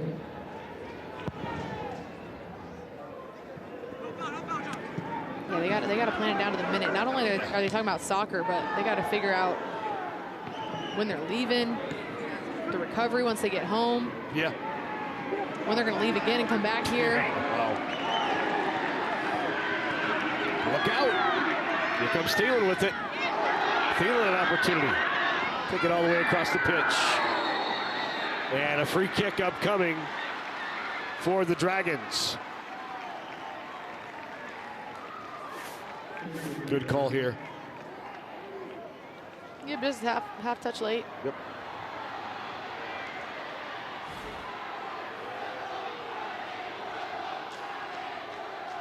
It's like Sawinski will take this free kick. Scored off the last one he took. That was in the 28th minute to make it 3-1. It's now 3-2. Alvarez settles in, and it is way over Alvarez. And the frame, and the woodwork, and the stadium.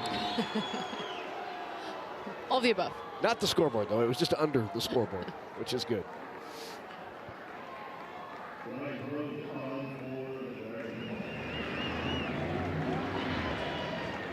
Ryan Brose now into the game. Brose comes in for Thielen.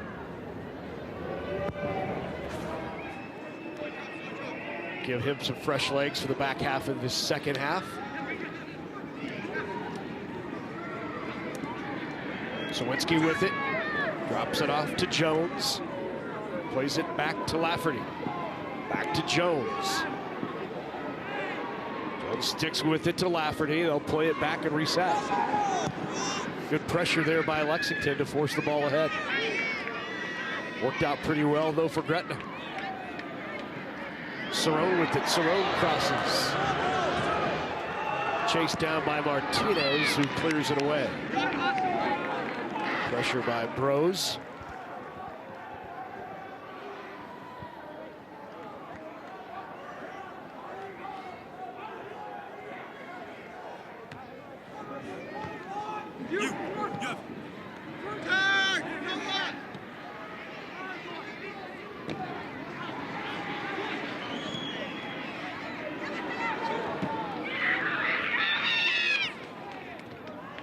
Look out! Came off his line, still alive. Cleared out. Rose was right there, had the opportunity. Nice play by Alvarez to come off the line.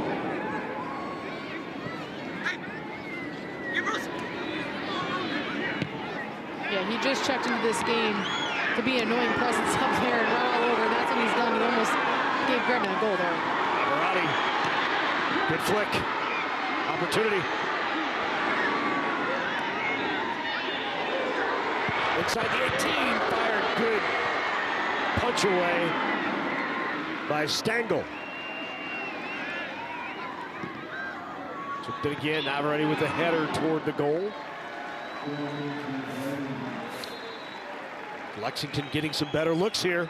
Yeah, big save, but here's the next one on the goal line. Yeah.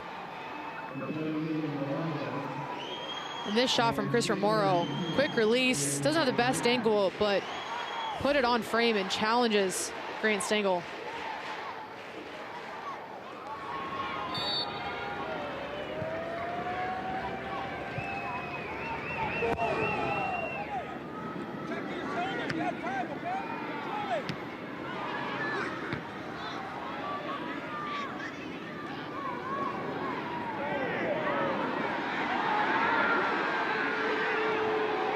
Play on.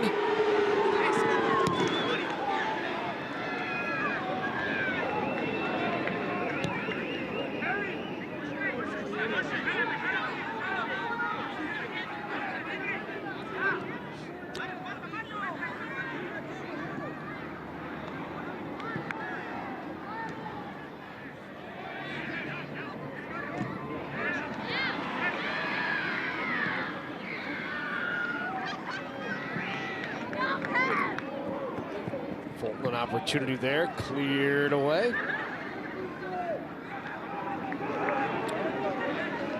Timeout on the field. We'll take one as well, I believe. And we will. Gretna with the lead. 3-2. Lex with the only goal in the second half, though. At Nebraska Public Media, we're proud of our sports coverage. Your support makes it possible. And now, we're excited to partner with the Big Ten Network to give you even more sports. Make your donation of $5 a month or more, and you can select a 3-month subscription to Big Ten Plus. Last year, Big Ten Plus streamed over 2,700 non-televised games, including 86 Nebraska games. Donate online or call 800-989-8236. Thank you for watching another sports broadcast that members make possible. Join the Nebraska Public Media Sports Partners Club to support all the great high school and college sports we bring to you. Explore the benefits of joining at nebraskapublicmedia.org/sportspartners. Nobody does Husker volleyball and high school championships better than we do. Join the team and keep it going. Thank you.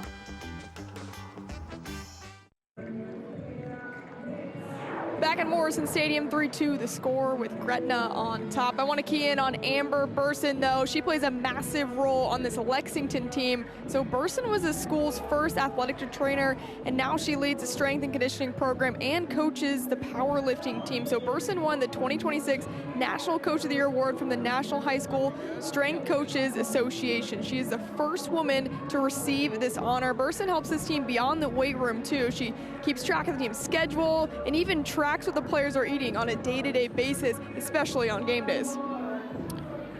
Thank you very much, Anna. The NSCA, one of the founders of the NSAA, Boyd Epley, former Nebraska strength and conditioning coach.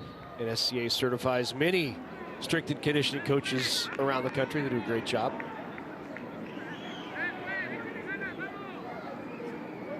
Yeah, I love the other part that Coach Lemoose added in about her. He's like, also a mom of 3, also a teacher, also assistant on the volleyball team.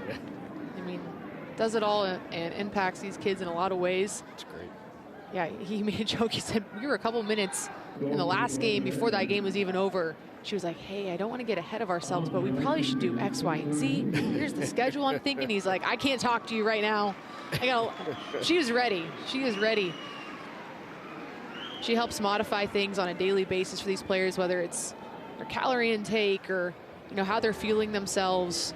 She also tracks their numbers and practice, and it's kind of become this little competition for the guys because they know their numbers after practice. They know who's hit top speeds. They know who's covered the most ground. Yeah, she's on top of it.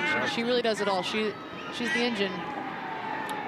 Munoz into the game for the Minutemen for Raimundo. All settled here by Sawinski. Jones with it.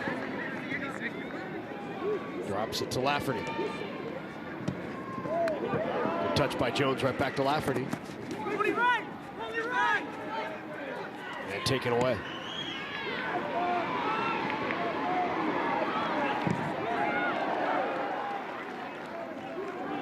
Battle there in that midfield between two great players, Sawinski and Barraza. Barraza with it right there, good touch.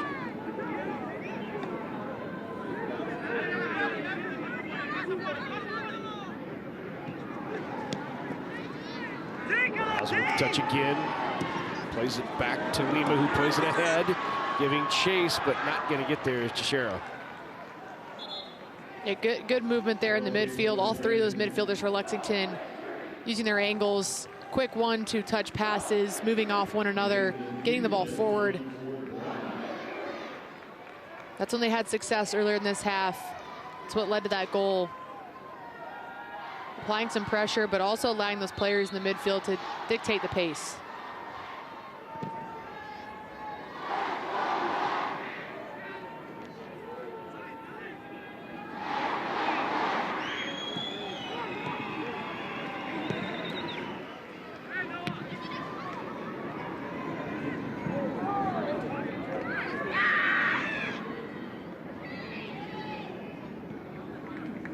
It's going to be Lexington. Yep, Lexington's throwing.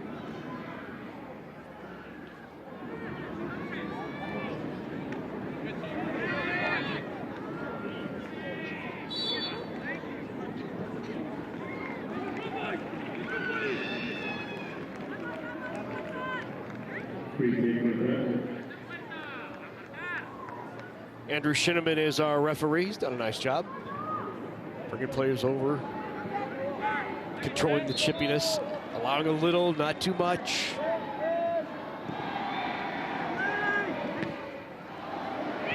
Shot! Got it! Back of the end of the shot by Sawyer Henn. Second goal of the season for Sawyer Henn.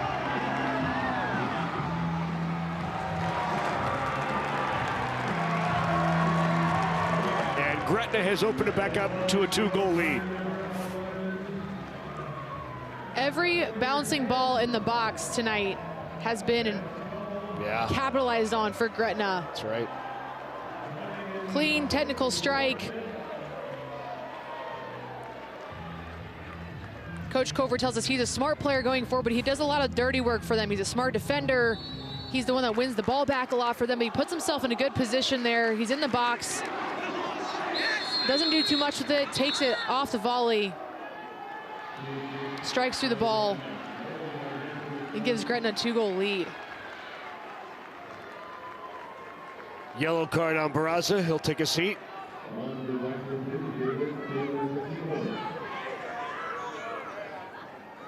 You just mentioned he only had 1 goal this season, that's his second. But so much of his impact, as I just mentioned, is a lot of the defensive work that he does, so much so that Coach Cover said it's game-changing. He makes game-changing plays for us. Well, just now we saw on the other end with his offensive prowess there, making a difference. Got another opportunity headed out. Not cleared yet. Lafferty tries to settle it. Nearly a great touch, instead Fulton the other way.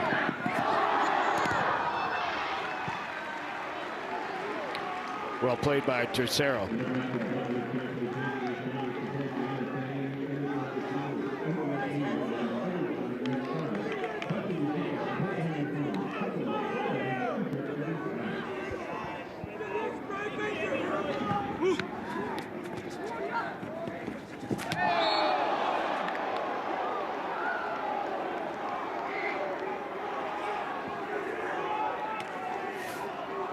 Already called here. Picks Lafferty off his feet. Bro. Bro. Great reaction. I feel like that was actually pretty perfect. Yeah, yep. That's a great reaction.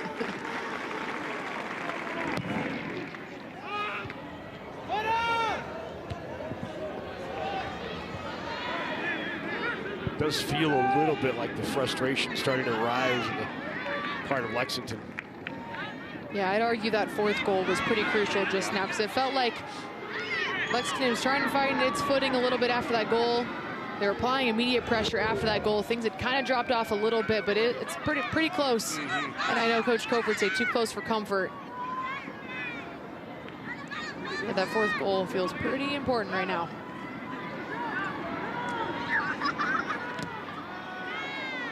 Take it away. Nice job defensively by Fulton.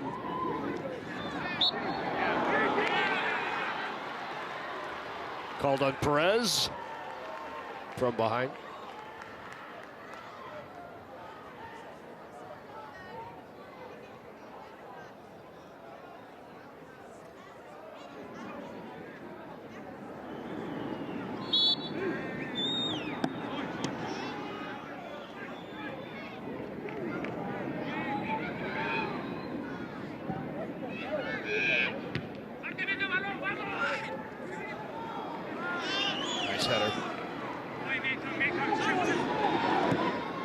Everything Gretna does, it feels like there's a purpose. And I know I've mentioned the way that they've practiced.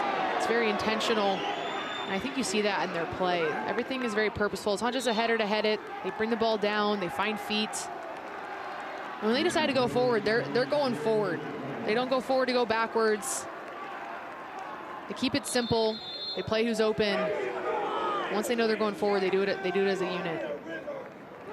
Bros coming into the game for Brady Cerrone. So Ryan Bros back in there.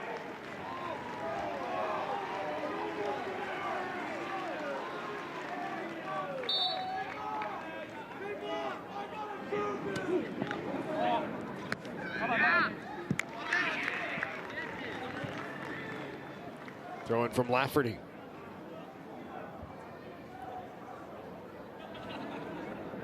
Go.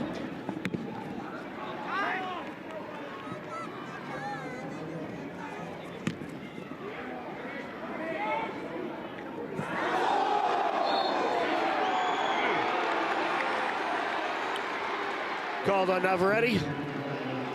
Tried to get position.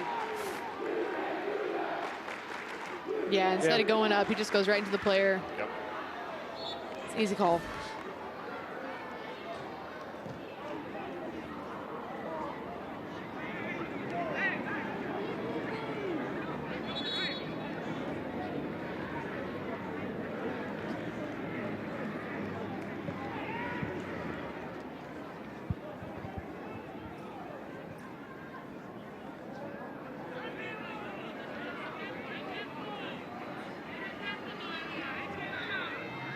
Coming up later tonight, more State High School Soccer Championship action.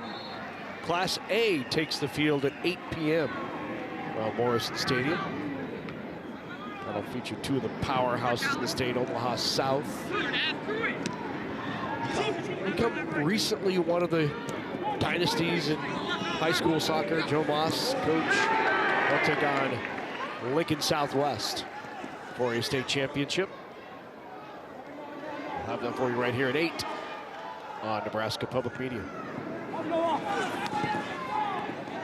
Still stuff to be decided here. State championship on the line between Gretna and Lexington. 11 minutes remaining. 2-goal lead right now for Gretna.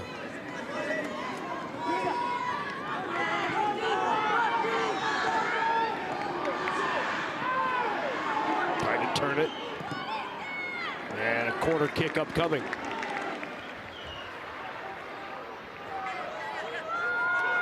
Haven't had many of these opportunities. It's chipped in, sent away. Good job there by Noah Jones to head it out.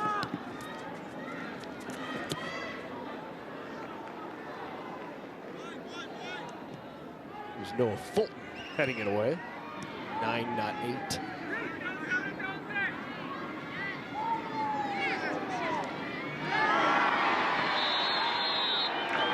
Free kick opportunity here.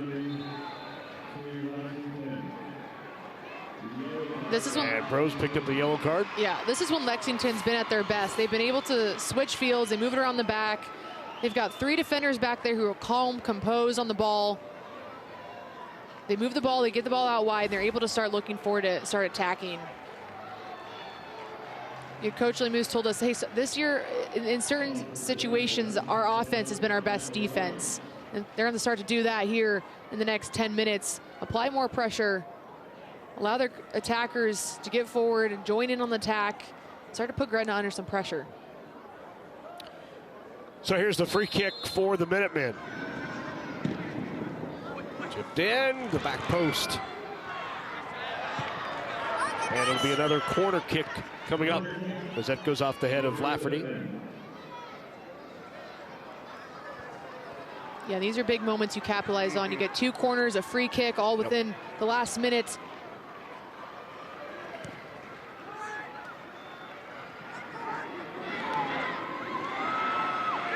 A lot of traffic in the box.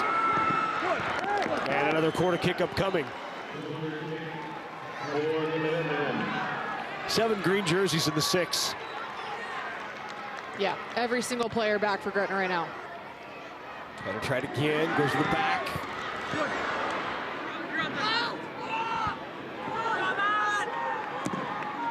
Lafferty clears it away. Wholesale substitutions upcoming. Barraza back in there. Tyler Thorell comes in, as does Luis Gomez for Lexington.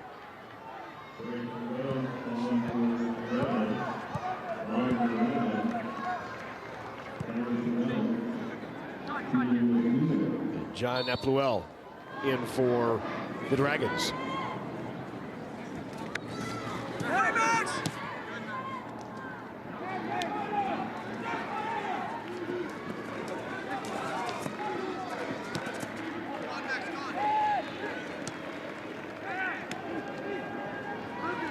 Good settle, nice way to attack, sitting it wide. And here's Cerrone with it. Trying to find Henn, who had the last goal.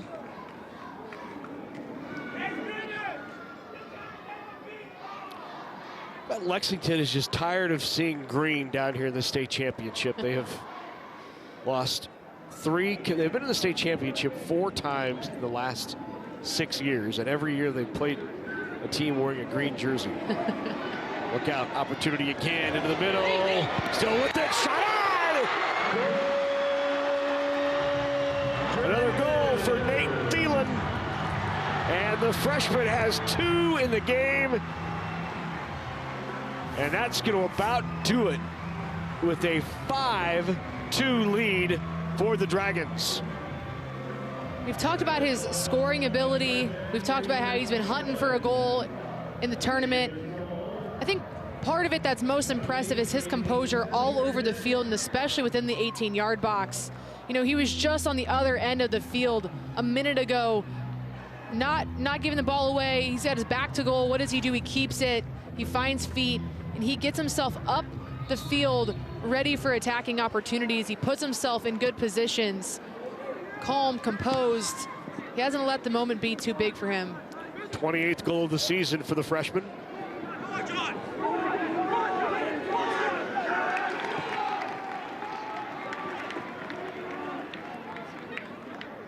He's been frustrated most of this tournament, but I'm sure he traded in that frustration for what he's had tonight in this game and finding his way. Shot on, good save right at Stengel.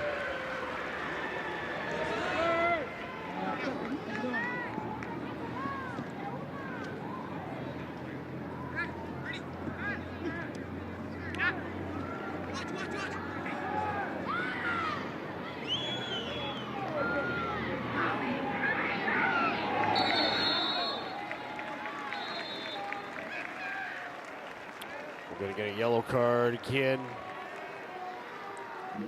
on the Minutemen.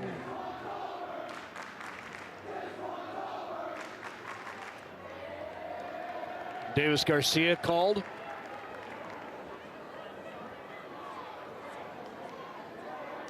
Mario Barca will come on for Garcia.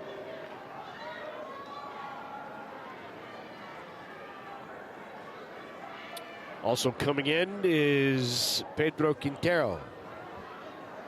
Quintero, just a freshman for the Minutemen.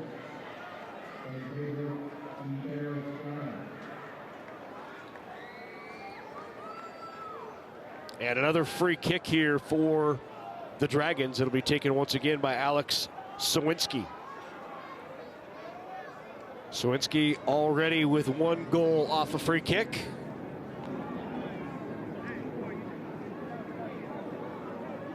Was right at the top of the 18.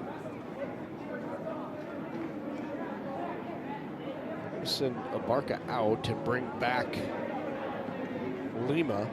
Abarca was subbing for Lima.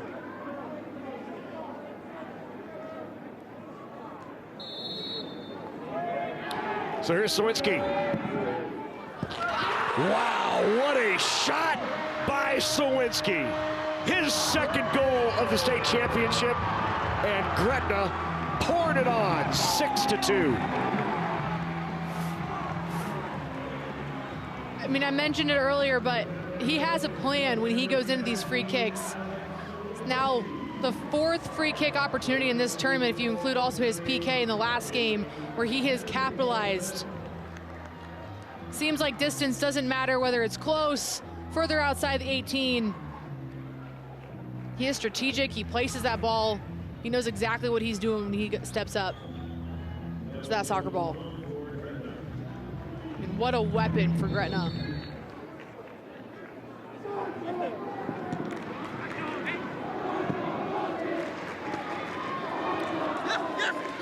Thielen and Sawinski back-to-back goals for Gretna in the 73rd and 74th minute have made it a 6-2 advantage.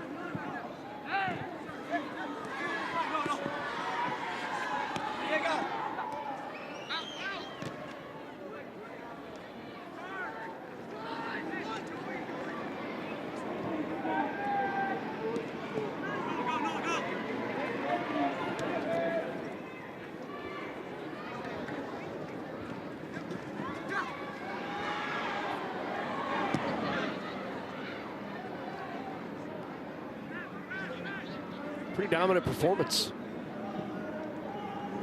Yeah, I mean, you mentioned it earlier that when it was 3-2, but in this half, Lexington was the only one that had scored. And Gretna changed that pretty quickly.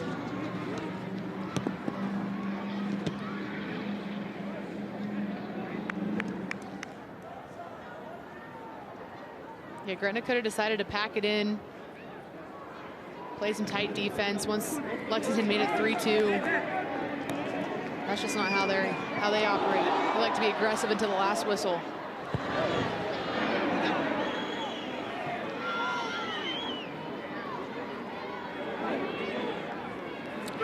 Well, they're continuing to push forward, no doubt. Here's Lafferty.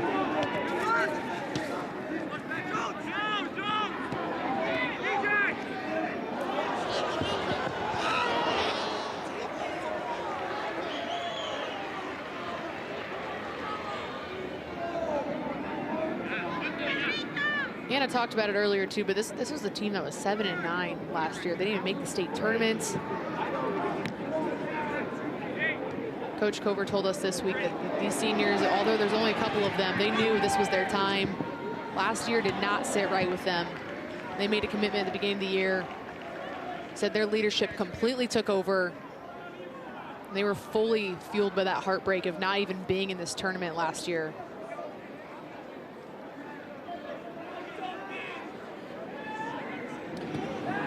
Gretna came in having won 3 state championships. They won it back in 2002 in Class B. Then again in 2011, also in Class B. Then they jumped up to Class A. And another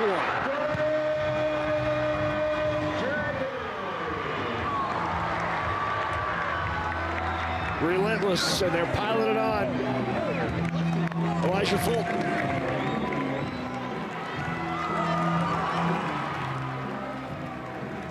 Yeah, the pressure from Gretna has just been relentless. They could just be chilling, and as I mentioned, they're going to be aggressive to the last whistle. It's an unfortunate mistake from Alvidrez, and Elijah Fulton is right there to jump on that mistake. The second half has been completely dominated by Gretna after Lexington has scored that goal.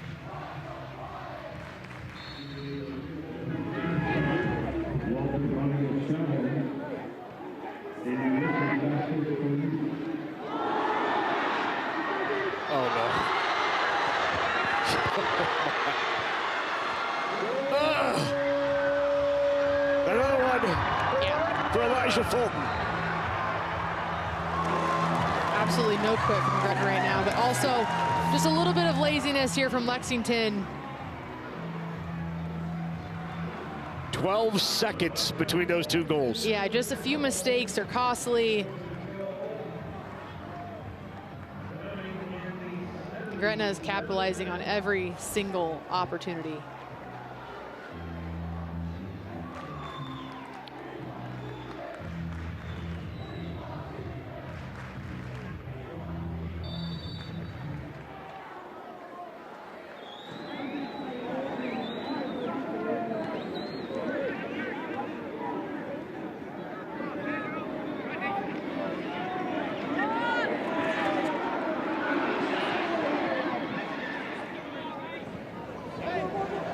It's fair to say Gretna's even found another gear here in the last couple of minutes. It looks like they have the fresher legs, there's no doubt. Yeah, would agree.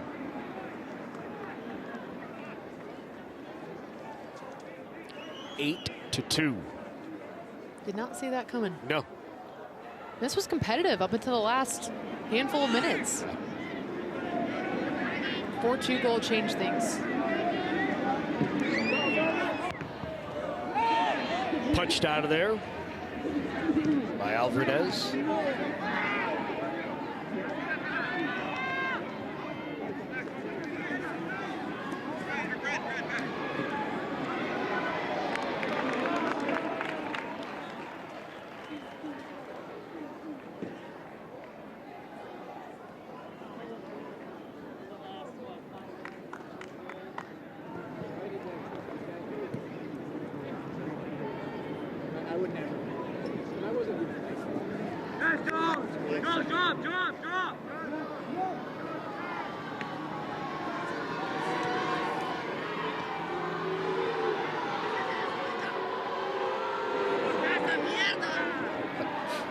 Lafferty took a seat there and looked like maybe he was cramping up.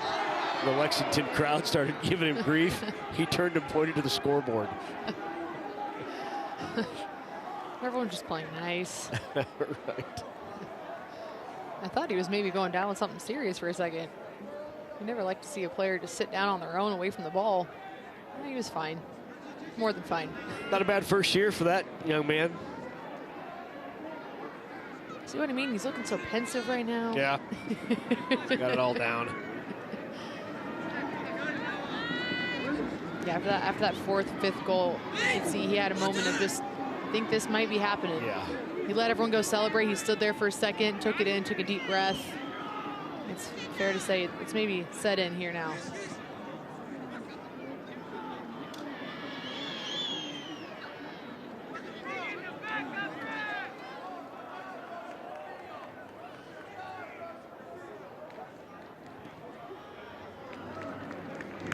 Long kick for Gretna.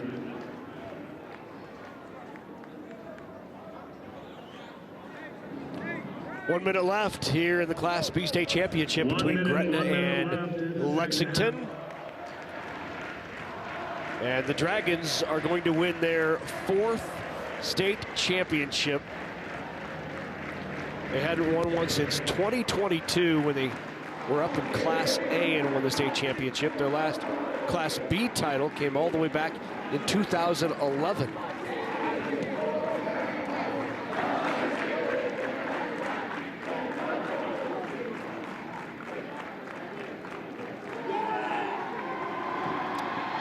And back in 2022, when they won that state championship in Class A, they scored 8 goals in the game.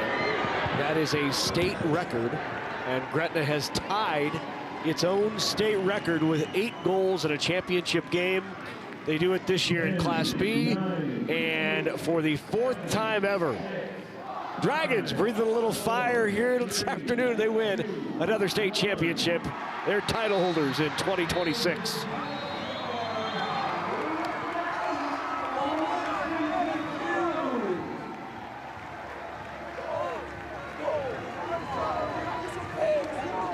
For a team that didn't even make the tournament a year ago, led by 4 seniors, decided to turn this thing around. knew where this Gretna program belonged. 3 of those 4 seniors scored today. You want to talk about taking ownership? Yeah. They absolutely did that. Finished with a record of 17-1 and a state championship in Class B. And they rolled to the title. 8-2 was the final. We'll hand out trophies and medals when we come back in Lincoln or Omaha. Your support makes Nebraska Public Media sports coverage possible. We're proud of the partnership. And now we're excited to team up with the Big Ten Network to give you even more sports. Make your donation of $5 per month or more, and you can select a 3-month subscription to Big Ten Plus. Last year, Big Ten Plus streamed over 2,700 non-televised games, including 86 Nebraska games. Donate online or call 800-989-8236. Nebraska Public Media Sports presents the 2026 NSAA Baseball Championships. Catch every pitch and home run on Friday, May 22nd, live from Warner Park in Omaha. The action starts with Class C championships at noon, followed by Class B at 3:30 p.m., and concluding with Class A at 7 p.m. Central. Stream the championships live on our website or through our free app, or tune in Friday to Nebraska Public Media. Ready? Yes. Hey. Just as I was about to give up, I get this call from New York Fashion Week. I can't wait for you to meet Barbara Corcoran. Now the doors are really open because Filipino food has become super intriguing. Happy birthday to me. He's an absolute star. I didn't realize that. It's the real deal. Okay. Would you like to be part of the Backyard Farmer audience? Bring a chair or blanket and join Nebraska Public Media and the Backyard Farmer Specialists Saturday, May 30th. Meet outside the Education Center inside Schramm Park State Recreation Area near Gretna. Audience question and answers start at 3:15 and the live taping begins at 4 p.m. Then watch Backyard Farmer at Schramm Park State Recreation Area Thursday, June 4th at 7 p.m. Central on Nebraska Public Media.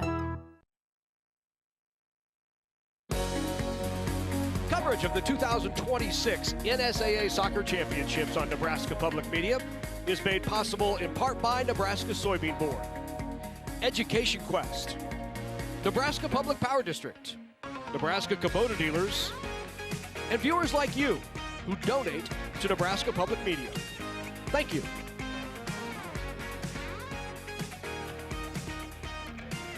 Congratulations once again to the Dragons. They finished 17-1 and take home the 2026 Class B State Championship. Let's hand out medals and trophies. Back to Tom Ryan.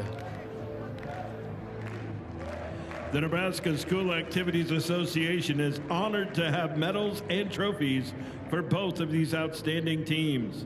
Presentations will be made by NSAA Board of Directors Thomas Lee from Omaha Westview, Dade McDonald from McCool Junction, and Dr. Nick Wemhoff from Fort Calhoun.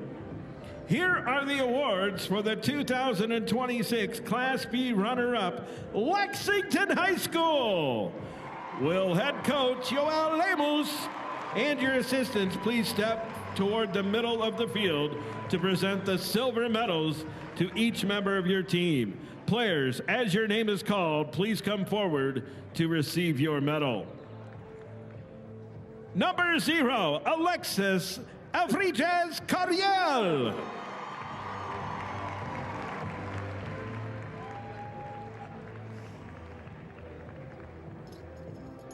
Number 1, Charlie Ramirez.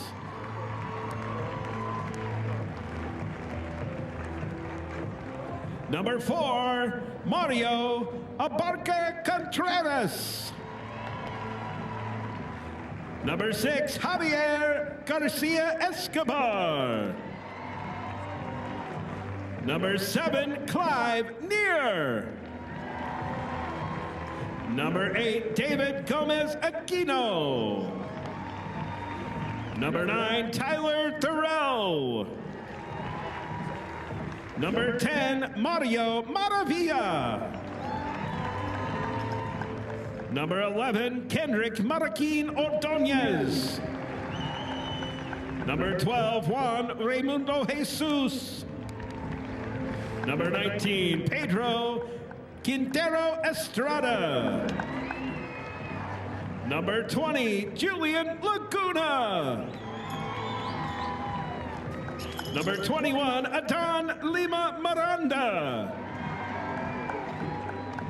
Number 22, Miguel Tercero Pascual. Number 25, Luis Gomez Leal.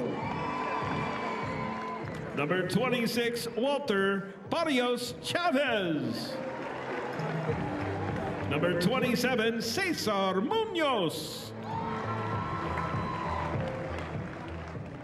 Number 28, Henry Perez Diaz. Number 29, Davis Garcia Corso. Number 30, Ulysses Vasquez Donis. Number 40, Jose Navarrete Escobedo. Number 41, Christopher Moro.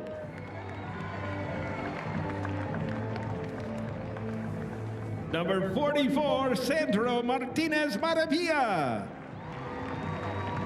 And number 47, Alexander Barraza Sainz. And now, here is the 2026 NSAA Class B runner-up trophy. Congratulations, Lexington High School.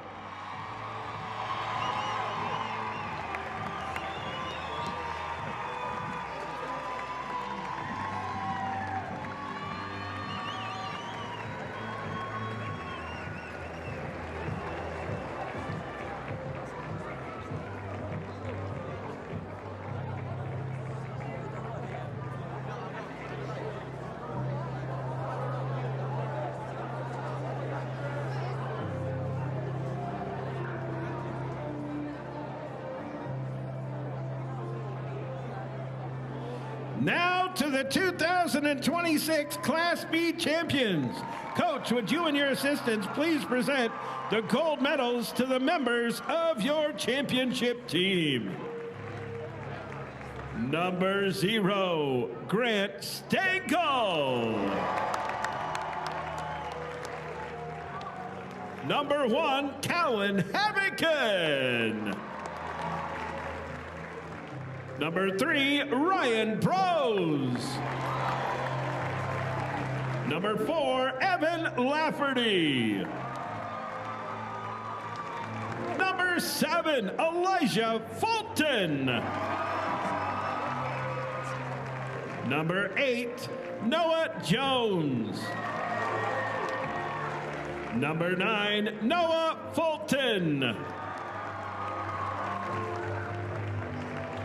Number 10, Nathan Thielen. Number 11, Sawyer Henn. Number 12, Owen Staten. Number 13, Zaki Iobi. Number 14, Talon Whistler. Number 15, Jacob Poole. Number 17, Alex Sowinski. Number 20, Brady Cerrone. Number 21, Max Brewer. Number 22, Caden Oberg. Number 25, Coven Vertruba. Number 27, John Napluel. Number 28, Christopher Waters. Number 34, Bryson Tavis. Number 37, Owen Cerrone. and number 45, Anthony Johnson. And now, head coach John Cover, we have a special award for you. Presenting the team championship game ball from Farmers Mutual Insurance is NSAA Executive Director Jennifer Schwartz to head coach John Cover.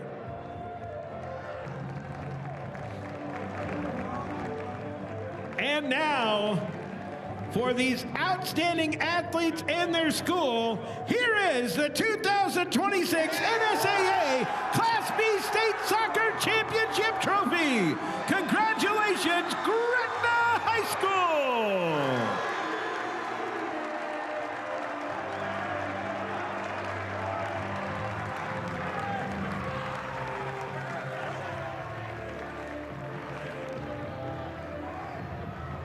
Champs for the fourth time, the Gretna Dragons. They do it big. 8-2 Gretna winner. We'll hear from the Dragons when we come back. I'm Tiffany Johansson, and I'm a videographer editor here at Nebraska Public Media. I'm a native Nebraskan, and I've always lived in Nebraska. I love to cover the things and the people that make Nebraska great.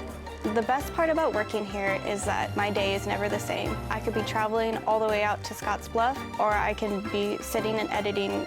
I'm also a drone videographer. One of my favorite things I've done recently is I got to film Chimney Rock. Thanks for supporting Nebraska Public Media. The Nebraska Public Media Newsroom, this is the Nebraska Update. For me, I think it's really important that I know what's going on in Lincoln and Nebraska as a whole, and the Nebraska Update accomplishes that. It's always first thing in the morning. I always listen up first to get the national news. Go to the Nebraska Update for my Lincoln and Nebraska news. I love the format. It's quick. It's something I can listen to when getting ready, still go about my morning, and then start my day feeling much more informed as I head to work.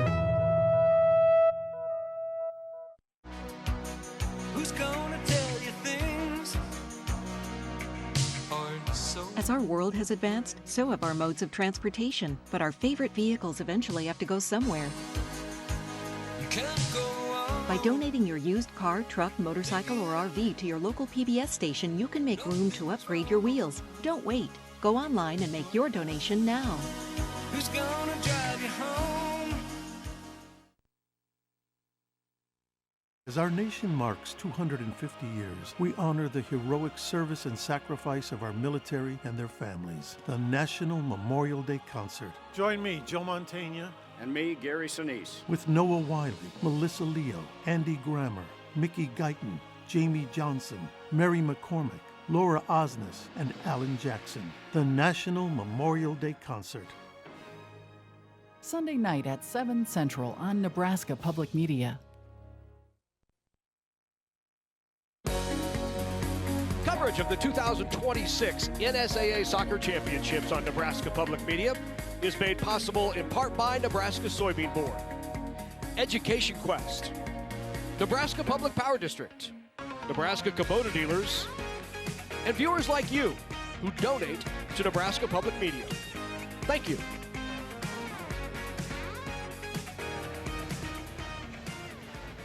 Coach, congratulations, Gretna state champions, your first year as head coach.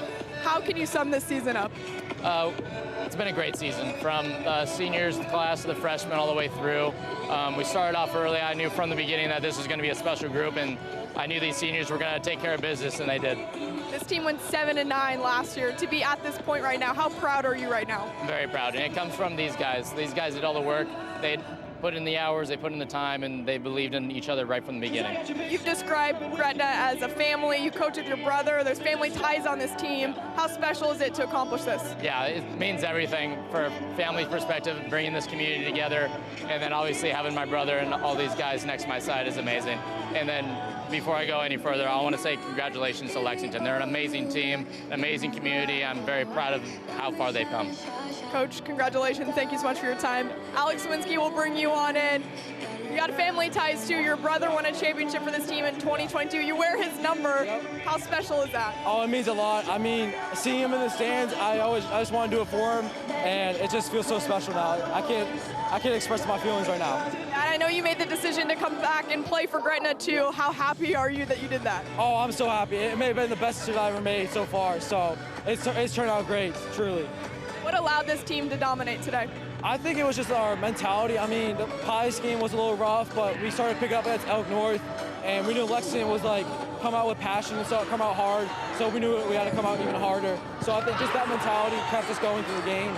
So it was definitely good. I know there was an extra meaning for you too on your undershirt. Yes. The name Landon. Can you explain what that means?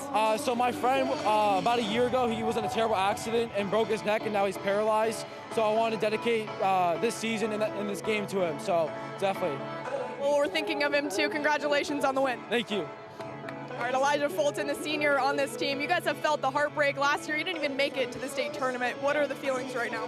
It's amazing to be able to go from last season to this season, and it starts from everyone just wanting to be here and just showing passion. Every single practice, everyone wanted to work hard and push the person ahead of them, so that's what it is. It means a lot to me. A hat trick for you. How special of a moment was that as a senior to go out on top like that? It's amazing. I'm so glad I can make my mark on this field, and as a senior, it's just great. You don't get a better atmosphere anywhere.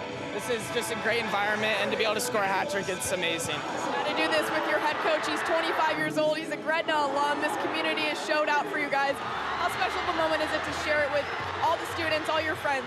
It's awesome. I mean, he would drive the bus for me and all the other seniors to the reserve games freshman year. And for him, to being able to play for him all the way up to my senior year and win a state championship for him is amazing. It's awesome. Elijah, congratulations. Go enjoy it. Thank you. Larry. Thanks very much, Anna. Gretna, they rolled this afternoon and evening. The final 8-2. We'll wrap it up when we come back. The Dragons, state champs in 2026.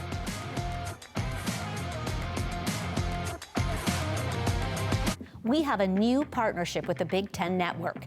Make your donation to our Sports Partners Club and select a 3-month subscription to Big Ten Plus as your thank you gift with your donation of $5 a month. Last year, Big Ten Plus streamed over 2,700 non-televised games, including 86 Nebraska games available exclusively on Big Ten Plus. Donate online at nebraskapublicmedia.org/sportspartners or call 800-989-8236. From late game comebacks and heroics to notable milestones and records, relive iconic games and unforgettable stories from Nebraska Public Media's high school championship archives.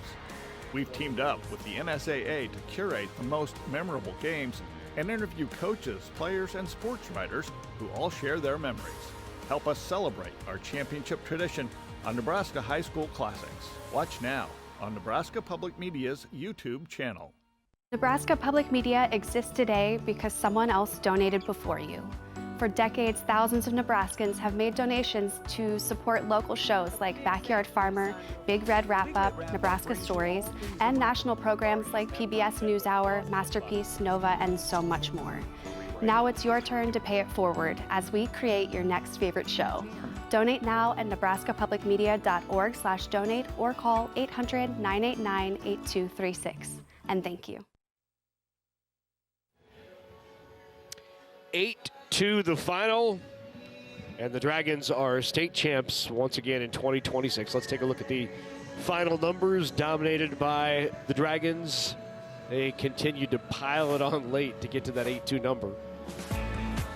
Yeah, we talked about it at halftime too. You knew that Lexington was going to get involved at times, but Gretna just really put that fourth goal in and just never stopped from that point on. 16 shots, 12 shots on goal. The 3 corner kicks, just dominant on their attacking third of the field. I love what Coach Cover said there, though, giving credit to Lexington. I mean, this was a pretty competitive game up until that 4th goal.